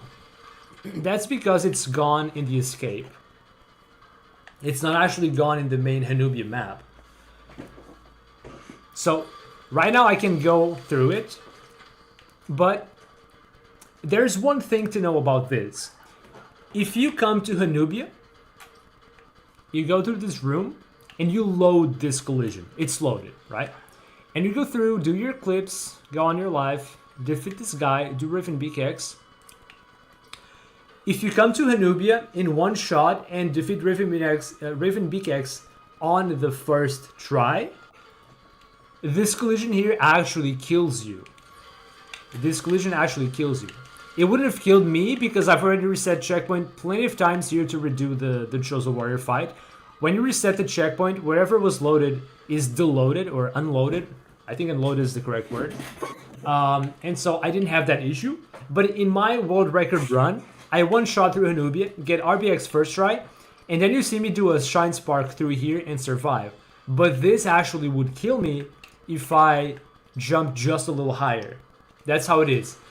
We already use Shine Sparks to do clips. What happens is Shine Spark skips 2 tiles when you first started. So you immediately skip like 2 tiles. So I jump to get Samus partially into the collision and insta spark up.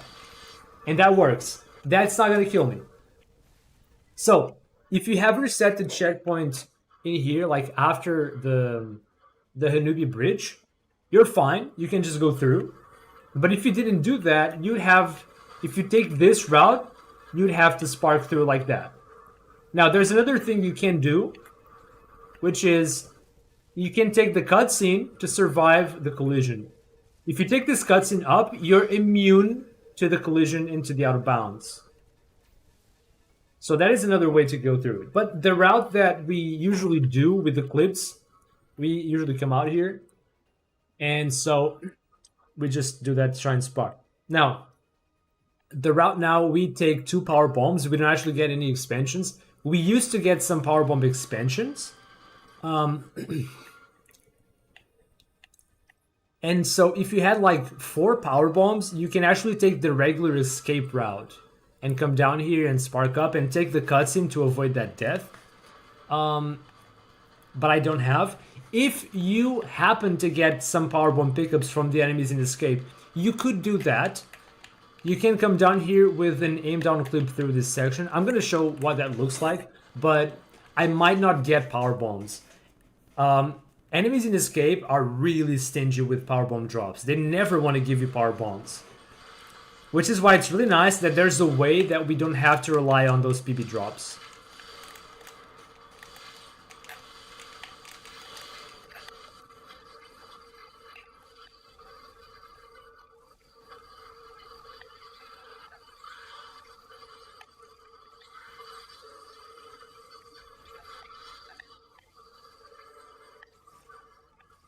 Let's see, can I get some power bombs, please? I don't have power bombs yet. Oh no. I'm gonna have to try and kill as many enemies as I can. So we're gonna charge Speed Booster off of this enemy, kill it so it drops stuff, aim down clip. Didn't get power bombs yet. Maybe this enemy will give. No, I failed the parry even.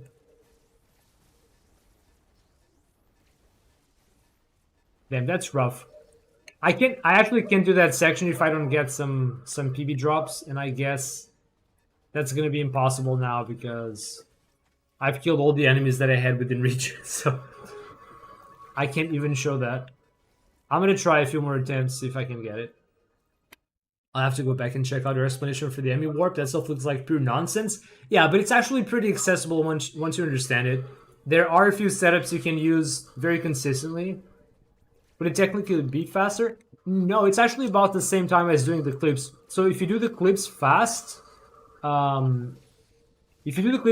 you never actually have to worry about the drops.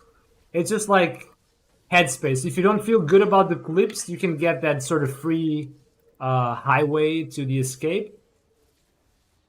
But yeah, it's not actually necessary. It's not necessarily faster actually.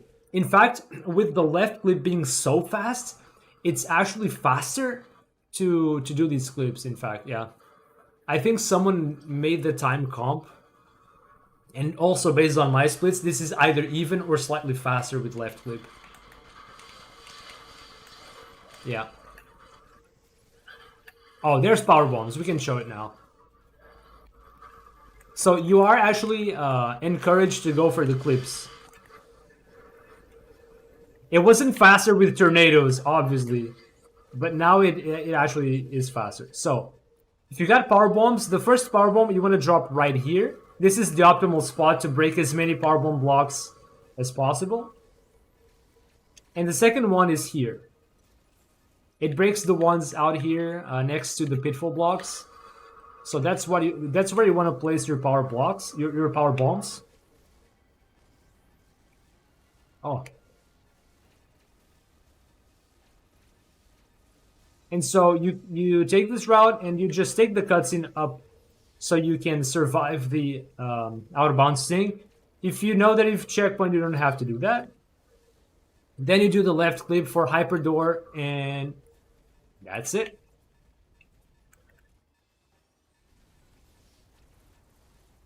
Now, I still have 2 more things to show you in this escape. So I've used 2 power bombs after the Chosen Warrior. With 1 power bomb, I destroyed these bridges. With the second power bomb, I destroyed this bridge. Now, this is not the route that I do in my world record. In my record, I skip this power bomb. I destroy these bridges with 1 power bomb, refill, and then go to the end down clip in RBX immediately. What that means is that when you come to escape, this hasn't been destroyed, and you probably don't have power bombs to go through. So I clip here with an aim down clip. I do a left clip out of here, and then I do some more left clips on this way. Overall, I think this saves time because you get a shorter RBX segment. It is this route is pretty much like just as fast as clipping down here. I think this top route might still be a little bit faster, but the shorter RBX segment is worth doing. I don't think anyone has done a full-time comparison on it, but I also want to showcase the option that I do in my world record for the sake of completeness on this tutorial.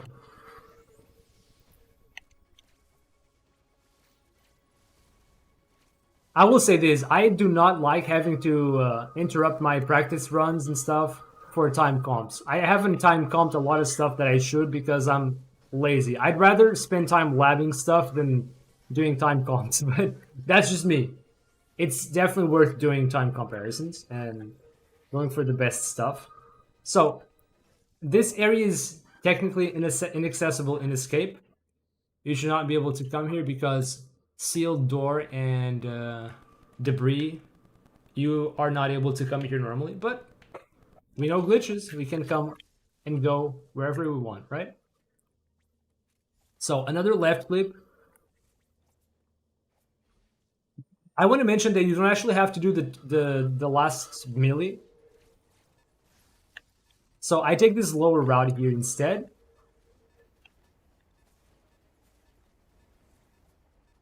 So you don't actually have to do the second melee. The second melee, oh, I got a power bomb, so this part is free. The second melee is just a bit of a safeguard.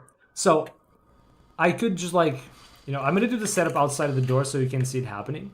You do the slide, tap, turn around, melee, dash melee cloak, and then you unskew, turn, and you can turn and grapple. You can buffer your grapple beam in those like 5 turnaround frames or 4, but it's risky. It's easier to get something like 10 or 20 frames from the dash melee animation. It just gives you a lot more frames, right? So yeah. That's why I recommend doing that melee, that extra melee. Tap, turn around, melee, and go through. So in this version of Escape, you don't have to do the Shrine Sing, so you have less of a risk of dying out of bounds. Left clip is pretty easy. If you are scared of hitting like the ceiling with your grapple beam, you can pause during the melee to adjust your grapple angle, right? So it's also pretty forgiving, but you do have to do this aim down clip here, which requires walking. But I mean, if you were able to do the one for RBX, you can also do this one here.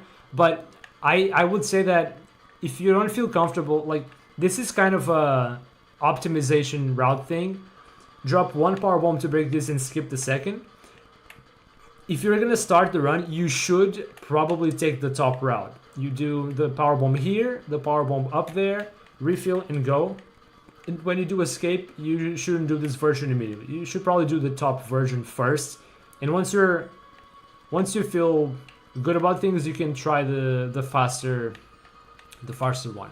So I said it seems like the ending run is a spree of the easiest version of clips. Yeah, it used to be lots of tornadoes. And now the left clip is just so easy and free that this is really fast. This is almost as fast as an NMG run through, like space jump and gravity suit and everything, right? It is just so easy.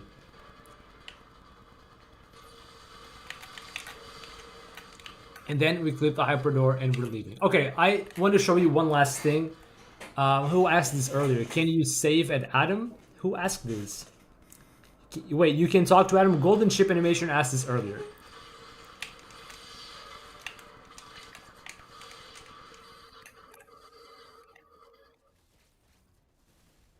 Imagine doing tornadoes on a good run. Yeah. That's what I don't like about Escape. It's just so loud and annoying. So, Golden Animation asks, what happens if you talk to Adam? Let's see what happens if I talk to Adam.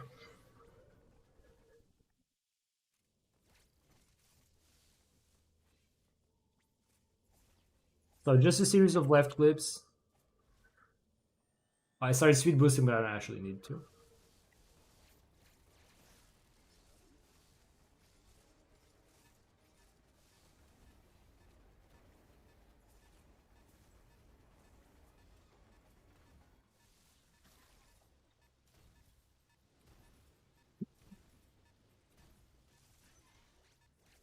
So we're gonna talk to Adam and save the game in the middle of escape, right? Because we can. All right, just hurry up! Oh my god, the timer's going. All right, we're gonna save the game. We're gonna save in the escape. All right, chat. We're just gonna do it. So yeah, we're just gonna stay here and see what happens if I try to save the game like when the timer hits zero. Just curiosity, right? Let's see what happens. I'm just gonna sit here for a minute until this happens because I haven't actually tried this. I want to see what happens. Like, wait, did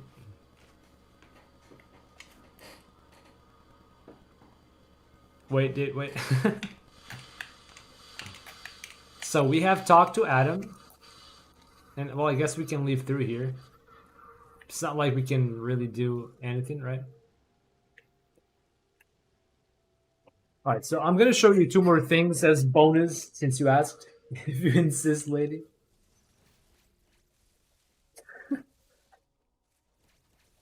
Well, I guess Samus is very pushy, especially in the speed run. She's really pushy.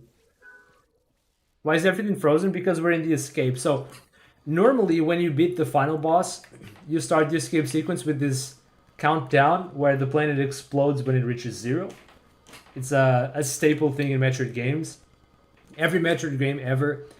You defeat the final boss and then you have 3 minutes to escape before everything blows to shit.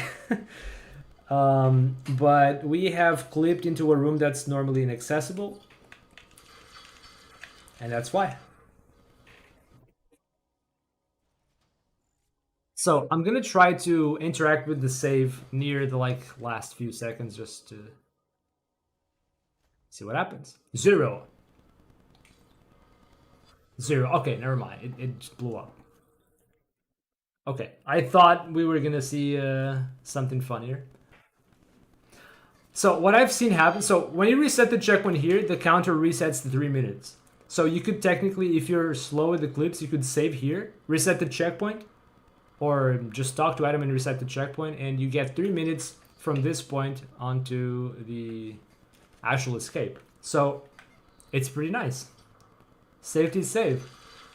Yeah. No joke. It is a real safety save. So there's another thing you can do. Because we can do clips and all that stuff.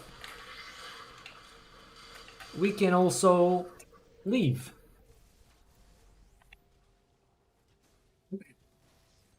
I'm not actually going to leave because I want to end the stream soon. But if you wanted to, you could go to Ferenia right now. In the middle of escape. You think I'm escaping? No. I'm going to go and sightsee in Ferenia. I mean, I could actually do it just to show what happens. I am saved at Adam. I mean, I guess it's fine, right? One thing I've seen happen before is if you leave when the counter is nearing zero, it actually starts counting negative numbers. -1, -2, -3. And the world doesn't explode if you're going to transition. 100% in-game route. Quickly grabbing a few items before you escape. It's true. Have you watched my 100% unrestricted run? We actually grab a few items. Like, we actually do escape early. So, in the middle of the run, we do RBX, and we escape back to Ferenia, and then we do 100%. And later, I come back through Gavrin, and I collect the pickup, and then I end the game. Like, literally 100% unrestricted. That's literally 100% unrestricted. Like, you were joking about it, but that's literally 100% unrestricted. Like, no joke. So, now we're in Ferenia, and there's no counter. There's no escape countdown. It's not active. It's only active when you're in Hanubia. And if I go back to Hanubia right now, which I'm gonna, it's just gonna start counting from 3 minutes. I'm just gonna go into to show that. And then I'm gonna go to Adam and finish the run because I need to eat. Whew. So I was like, hold up, I gotta clean up to do. Yeah, hold the escape. Don't blow up yet, little planet. Hold on a sec. It's actually really funny.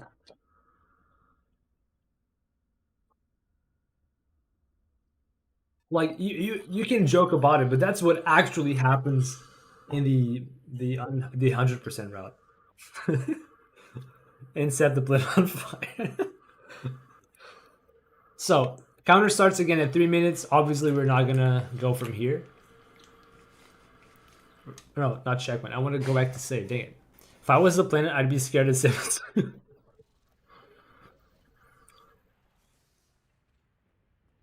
Someone in the comment section of one of my records was like, "Okay, this route is really fun if you consider the lore." Where so Samus just goes to this random planet after hearing this distress call. She just clips her way to defeat this Kraid wannabe looking guy and destroys the planet without ever having released the X. Like, you don't even know that the X exists because we haven't released it. So Samus like goes in, follows this distress call, blows up the whole planet, and that's it. Elvish monster, yeah. Pretty much. And yeah, that is really funny if you think about it that way. So let's actually finish the run. If you don't know why we're at 2.5 minutes, then you've missed out.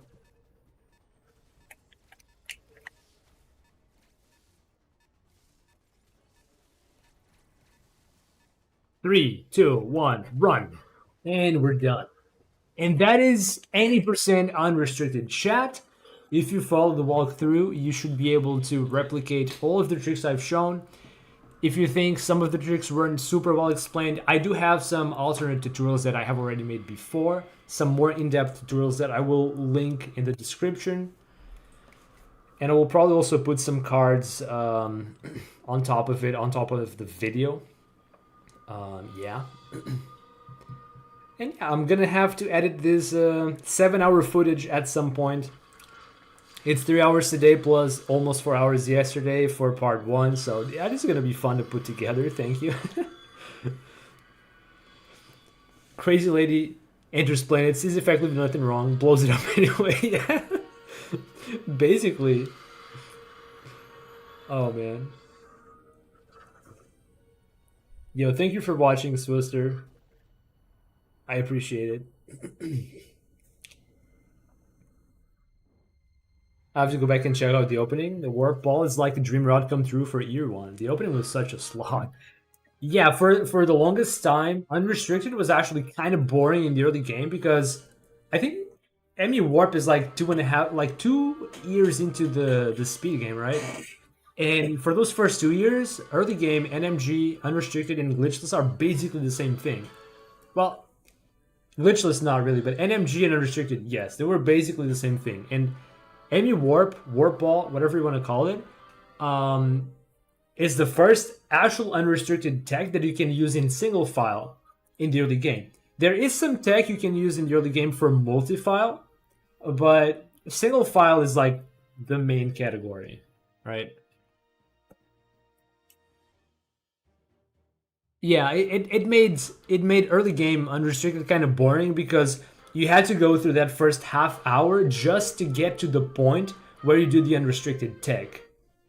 So it felt kind of boring. Yeah, literally, it was just getting to speed booster. It's like just resident, like, no, not that. It's just like sleeping until you get to speed booster. I was coming in with the lingo from another platform, damn it. But yeah, it's a little bit more fun. But Enemy Warp has its issues. It has a bit of RNG. I hope one day people can figure out a way to manip the spawns for the warp, because right now it's down to RNG if you get the right spawn or not, 1 out of 3. And then you get the kind of quote RNG at RBX as well, because you have to fire on that specific frame, but it's really hard to guarantee that, so it feels like RNG. You can have 2 fights that look practically the same, but you still don't get it. Any theories on Emmy Warp being doable elsewhere? Theoretically, you could use it to get Spider Magnet before you open the thermals, I believe. It's just not practical for runs, but it's theoretically possible. I think Robo and Torvus have done some labbing on it a while back, and they showed that it was possible, just really, really cranky because... not cranky, like really sketchy, because the only way you can use map buffer is if you first visit two areas, because you need to open the global map and switch the map into another area. But if you're doing Artaria 1 for the first time, you only have Artaria, so you can't use map buffer. You can only home buffer. So home buffering is a lot more sweaty than map buffers. You would need to warp along the EMI. I can try to show that in the map, maybe. Now to pop in the lab rooms again after so long, see what people have been cooking. There are some loose ends on lab, but I don't think anyone's been living things too seriously lately. Maybe Dioptas with the minimal items tech. Dioptas has labbed out Screw Attack and Powerbomb Skip with some crazy clips, ceiling clips actually, which we don't do in any percent unrestricted. I have never actually done that, so I don't know how they work, but minimal items is insane. Especially in Legacy. There's actually a new invincibility trick in Legacy that you can do in Artaria only once and allows getting early grapple, like grapple first actually. And when you get grapple first in multi-file, you can do some really crazy stuff with it. Sub 230, let's go. That's actually not bad for a slow run, so we'll take that. And we completed the game, and I died. Oh, I died 22 times. Damn. So that concludes our any percent walkthrough. If you follow the guide, you should be able to complete any percent unrestricted on the newest, on the current patch, on the newest, fastest route. There are some alternatives to like the main route that I did in my run. There are some things you can take a little safer, but I hope that I explained the tricks well enough that you can actually do them on your own. Again, most of the tricks are hard. I have hours upon hours of practice on every single trick, and I do them pretty consistently. It took me a long time to get that consistent, so expect that you're not going to be able to get this like first try. Maybe some of them you will. Some of them are pretty easy to, like, you just see me do it, you do it, and you just like one-to-one and you do it. But some tricks will require building muscle memory, timing, just getting a feel for it and grinding it. And there's no other way around it. It might take you an hour, it might take you 2 hours to even get your first success, and it might take you a lot longer than that to become consistent and get like, I know, even like a 30% success rate, 50%, right? It will never be 100%, but it goes towards 100%. That's the ideal, right? I think all of the tricks in this run can be made consistent, and that only comes with practice, right?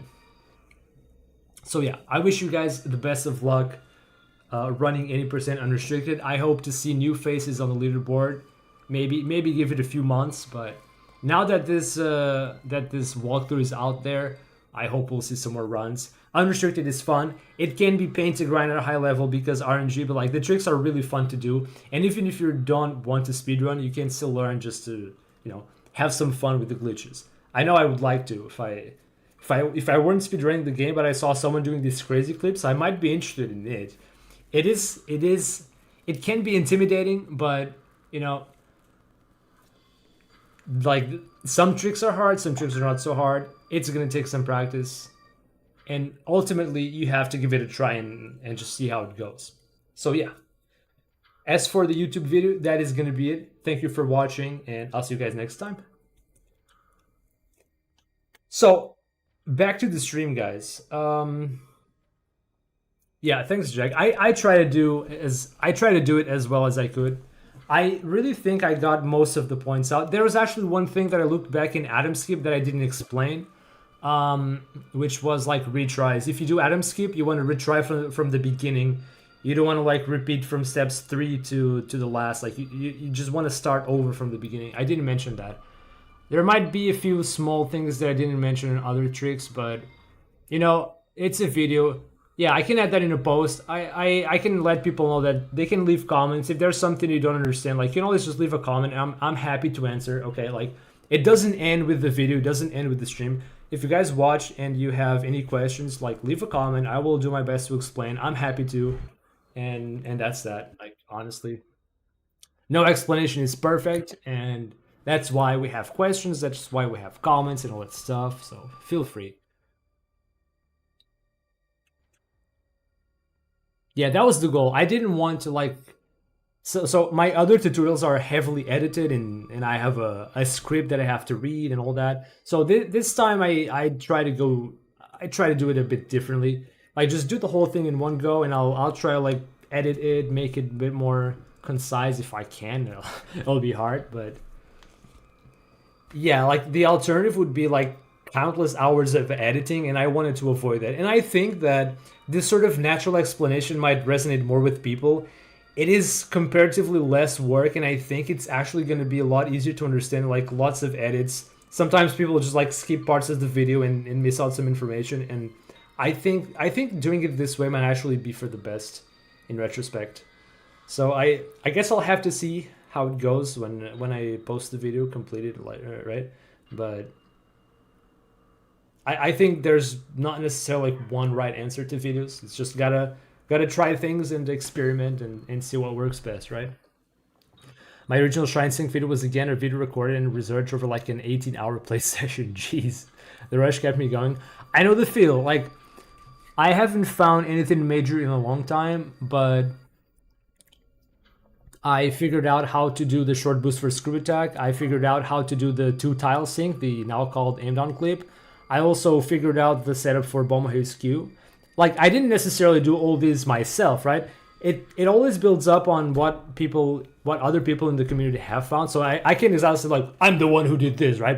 But I did in fact figure out like the first successes for some of those things. And whenever something new comes to that, like some new finds come into the Discord, some like post something different, new, some new glitch, like it's really exciting. I could easily sink in lots of hours just labbing BS until I figure stuff out. It is that entertaining to me, more so than doing speedruns and grinding for times. Like labbing glitches and just breaking the game is actually so fun. Like seeing a trick work for the first time, seeing that setup you were working on, like finally do something that works is so exciting. I understand that. So it's good to see these things live, add some more context at times than videos. Yeah, and one of the good things about doing this on stream, I think, was that if you came by, you could ask questions about the tricks and I could show you. For example, I did a little break to show the tilt clip. I also explained some other things that I wasn't intending to explain, but you guys asked and I tried to explain. So that's the cool thing about the stream. The original video of me doing it for the first time, the first non-JP Shine Sync, let's go. It was much free aim dancing. Yeah, it happens in almost all the success clips, like the early clips, is that there are lots of inputs that don't really do much, and you have to work through what inputs are like the minimal replicatable inputs, and is what it is.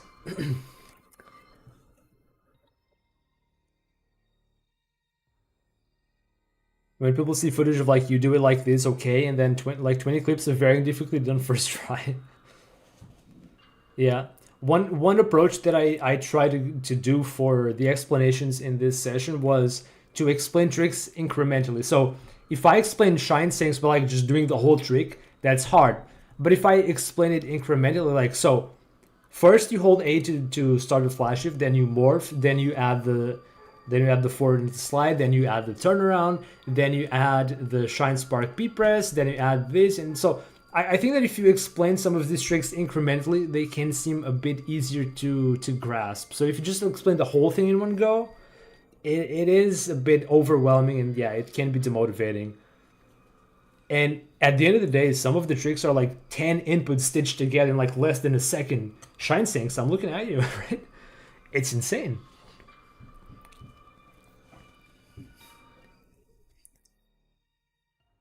I honestly had no idea you could do the no shine jump check on the turnaround to troubleshoot your timing. That's the important time of it. Yeah, it took me a long time to realize, because like that's not necessarily 100% accurate, because obviously if you don't have the feedback of the shine spark going off, then it's hard to say for sure, right? But I started noticing that, and I gave it a few tries, like trying the same timing that I do with shine spark and without shine spark, and my consistency went up a lot. So I think that is something that's a bit of advice that anyone can take. And it because there is no like there are no save states for Dread. A lot of speed games, like older speed games, you can use save states to go from one place and retry immediately. But in Dread, you often have to go to checkpoints or redo your Shine Spark or do this and that. If you don't have to redo your Shine Spark, you can do retries so much faster and practice so much more efficiently, right?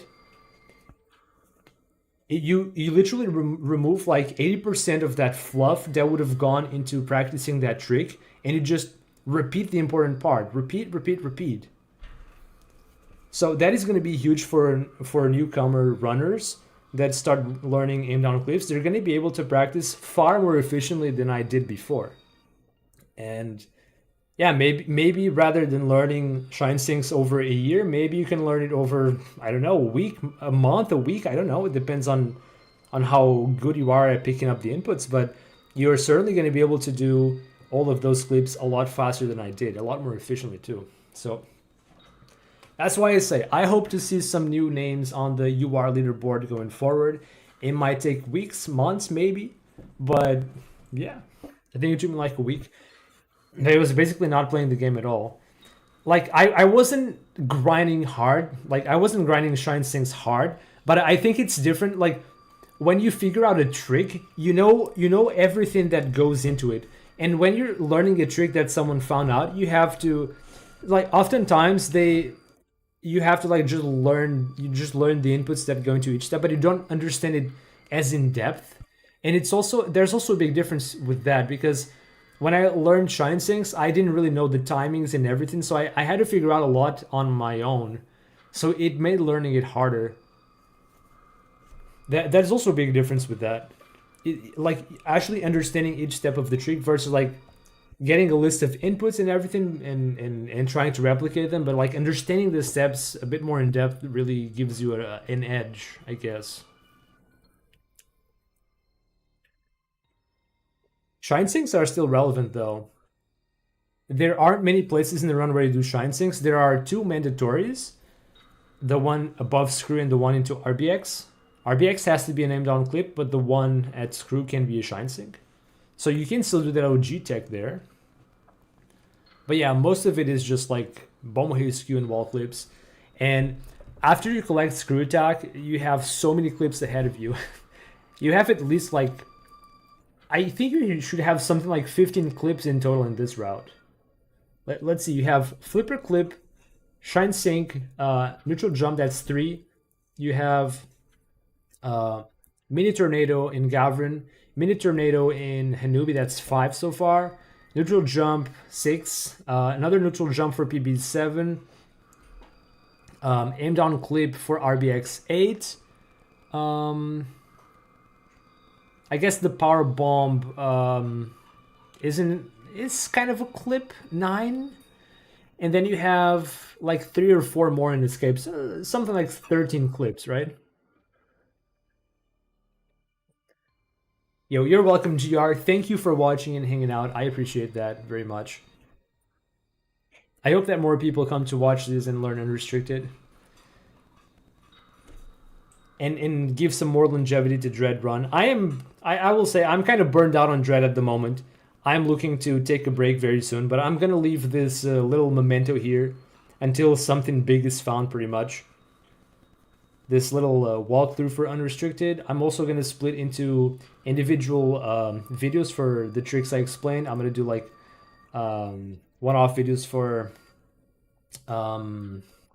was it like tutorial M escape, early Corpius, Atom escape. I'm gonna do like separated videos for each of those things, but I'm also gonna keep like the full walkthrough, of course. Yeah, the OG sinks were very risky to do. Like, I still think they are hard to learn. Like, they're not hard to learn, they're just hard to master. They're hard to put at a good level of consistency for runs. But they can be consistent. But like the Bomohe clips, the Bomohe setup is arguably harder than the clips themselves. And the clips are, if you understand the steps correctly, and if you do them correctly, there are many safeguards you can do to avoid dying out of bounds. Except for the neutral jump clip, which you just have to be fast. But for every other clip, there are many safeguards you can do to ensure that you get through without a hitch. and you don't have to do those extremely fast inputs like you have to for the Shine Saints, right? Dread 2. I would like to see Dread 2. I might try to speedrun Prime 4, but like the thing that got me to speedrun Metroid Dread was that I absolutely enjoyed playing the game. It was so fun to play as Sam. It was so smooth, so crisp that I actually didn't mind playing and replaying the game so many times. If the game wasn't as smooth as that, if the controls were kind of boring, I might not have won it. Because I felt like I wanted to try speedrunning several other games after Dread. I've tried speedrun Mario Wonder. I in my head wanted to speedrun like some Pokemon games like Legends Arceus. And then I play the games, I enjoy them. I actually enjoyed Mario Wonder for a speedrun. It was fun, but then they patched the 80% stuff, I think, and I lost interest. But for Pokemon, I just didn't enjoy it as a speed game. It was just like it's just talking. It's just text boxes all day. It's not fun. But Dread is fun. Dread is fun all day. So, yeah. Best character controller. I really love this.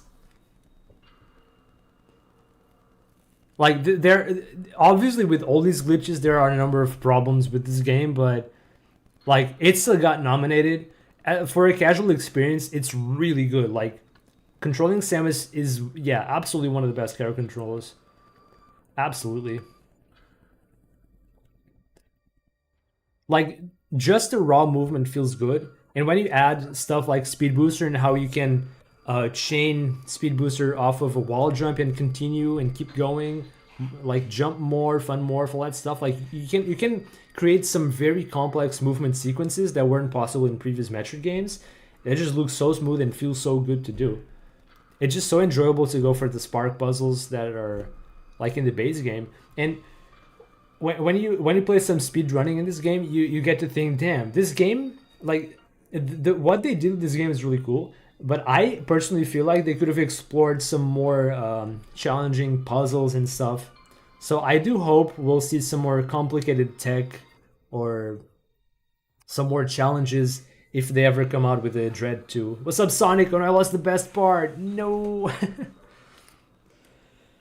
It's fine. It'll be archived. I did explain most of the tricks. Hopefully you'll be able to do everything. You've already done everything, Sonic. What am I saying?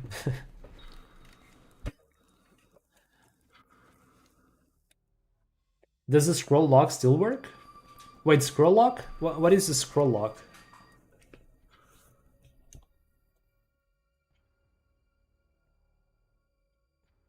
DOG. Oh, camera lock. Yeah, it still works. It's out of the route because we can. Yeah, it's not in the route anymore because you can use Bomohe to get screw attack now, so we don't do camera lock anymore. But it is still doable. Yeah, it is still doable. I low-key loved it too. I was so proud of my very optimized camera lock, and then we found Bomoheski. I'm like, okay, cool that it's not in the route anymore, but like I had some really optimized cam lock movement, and I'm not gonna do it anymore. Damn. But yeah, it is effectively faster to just take Bomoe now, is what it is. But yeah, I mean, if you still like some OG stuff, you can do it in current patch. If you have access to Legacy, that's obviously you can do that there, but it's still available in current patch, yeah. Great to see more puzzles in this engine in the next 2D game. Yeah. I think they could have explored like grapple mechanics a lot more, some more complicated Shine Spark puzzles, some more wall jump stuff. I don't know. Retro are notorious no fun patchers. Well, that's what they've shown in remakes, but it might be different in the same game. I don't know. We're on Space Jump Early version 5. Yeah, they people even figured out how to get Space Jump in the Switch remake. I for a hot minute there, I actually tried to learn some Prime 1 tech on the remake, and I learned that. I learned Space Jump. I actually gave up at Ice Beam, early Ice Beam before Flag or whatever it's called. It was just so hard to do and so lengthy to even repeat attempts that I actually stopped trying to learn that. I never actually got to the last section, but I got almost there. No, it actually is amazing in this version because there's so much at stake. If you fall down, you die, you have to repeat the whole thing. Whereas in the old games, as far as I know, that wouldn't happen. You wouldn't die.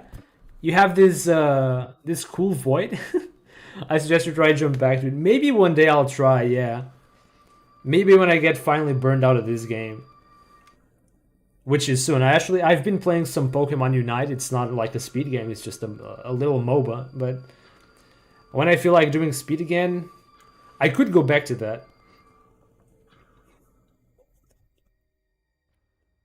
3D games don't hit the same as the 2Ds for speed. Yeah, they're effectively different games. Like the first real Metroid game I played, it was either Metroid Fusion on emulator or Prime 1. I absolutely loved Prime 1 back in the day when I played it as a kid. It's like one of the most memorable gaming experience I've had. Like the environment is so nice.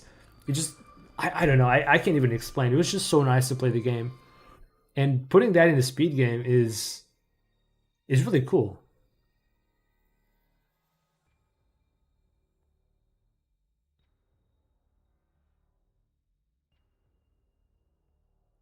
Yeah, they're no, ether in the original version. So that's what they call the void thing. Okay. I never updated my Tears of the Kingdom. I may have updated. I haven't finished that game yet. I haven't gone back to it. It's in my backlog, but I just haven't gone back to it. Floating, it's sticky and annoying. Yeah, it seems easier to go through there. Yeah, maybe one day I'll go back to Prime 1 speedrunning on the Switch, on the remake, on the remaster actually. I did learn early Spectrum. I would have to relearn it. It's been a while. I almost learned IBBF. I one time got like to the ice door, and then I had a stupid accident and I fell off. It was really dumb because that part's actually not that hard. The hardest part is like after the furnace room where you have some very specific jumps or you fall. There's this like long jump you have to do. That's the part I struggle with the most. And the problem with it is like it takes a long time to just redo everything. It's hard to practice like the last stretch or two because you have to redo the whole thing from scratch. That's what put me off a bit. And then I still had to learn some power bomb tech in Magmar Caverns, and I don't know. Maybe they have better tutorials for it now. I'll have to look up. I'll have to see. OB Secret Worlds. Secret Worlds. That's kind of funny. If we were gonna go that route in Dread, it's like a the fact that we can get to Adam in the Escape in Central Unit Room. It's beyond Secret Worlds. I've also considered Celeste. Someone actually recommended Celeste in one of my posts recently. I have played Celeste casually. It's a 2D game. Controls also feel pretty darn good, so that is also on my maybe list. They found a secret world and it just stuck. That's kind of funny. Yeah, some of it may get lost to time. That's over 20 years ago. Jesus. Have I been alive longer than that? Really?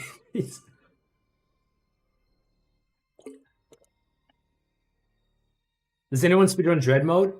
I think no one speedruns Dread mode seriously. Like, people have done Dread mode speedruns, yes, but no one really grinds it seriously because it would be stupid to do that.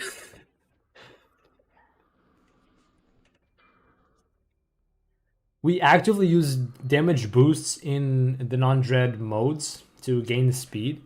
The fact you can't use deboost, the fact that you can't even touch anything in Dread mode is really off-putting because you're no longer trying to minimize your mistakes. It's literal one mistake and it's a reset. It's gonna be really hard for anyone to play seriously under those circumstances. Like eventually someone's gonna pull a good run with that, but like it's gonna be really stressful to run it seriously. Yeah, that's what I think. Yeah, there is some cool potential. Some people play Dread and grind it and come up with some strats. It is pretty cool. I just think that for a serious like seriously trying to finish the run like fast, it's gotta be real stressful. I wouldn't want to do it. Maybe it's just me, but I wouldn't want to do it. Because the slightest mistake, you touch an enemy and the run's gone. And people are like, we already reset so much in our Atari to BS and bad Corpius. Like, I don't want to be resetting for taking one hit. Yeah, there's Dread, and then there's minimal items, and then there's minimal. There's some very niche categories that some people end up doing, like real like handicapping themselves with some crazy niche hard categories, like minimal items and max percent, something like that. Like getting the minimal upgrades, but as many items percent as you can get, stuff like that. There's some really weird categories out there. But anyway, folks, I'm gonna wrap up for today. I need to go get some dinner. I'm hungry. My throat is so dry. I'm like, feels like my throat's bleeding. I don't usually talk this long, and I am tired. I need to go get some rest. Thank you all so much for sitting through this walkthrough and watching the stream. I don't know if I'll do many streams, but you know, I think sometimes if I will, if I do some kind of walkthrough like this, I might go back to the streams. If I do streams, I usually do simultaneously for YouTube and Twitch, but this one was special. This was our celebration of 1,000 subscribers. Thank you so much for helping us reach that milestone.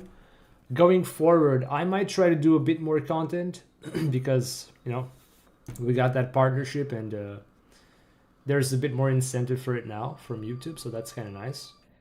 I am going to do this edit for the walkthrough. I don't know when I'll have it ready. After all, it's 7 hours of footage I have to go through. It's gonna take me a while. But yeah, when I finish that, I'll probably look for another speed game or some other game to play because I'm a little burned out on Dread. I don't feel like doing runs, especially with my controller doing so much snapback and drifting. It's gonna make it really hard to take runs seriously anyway.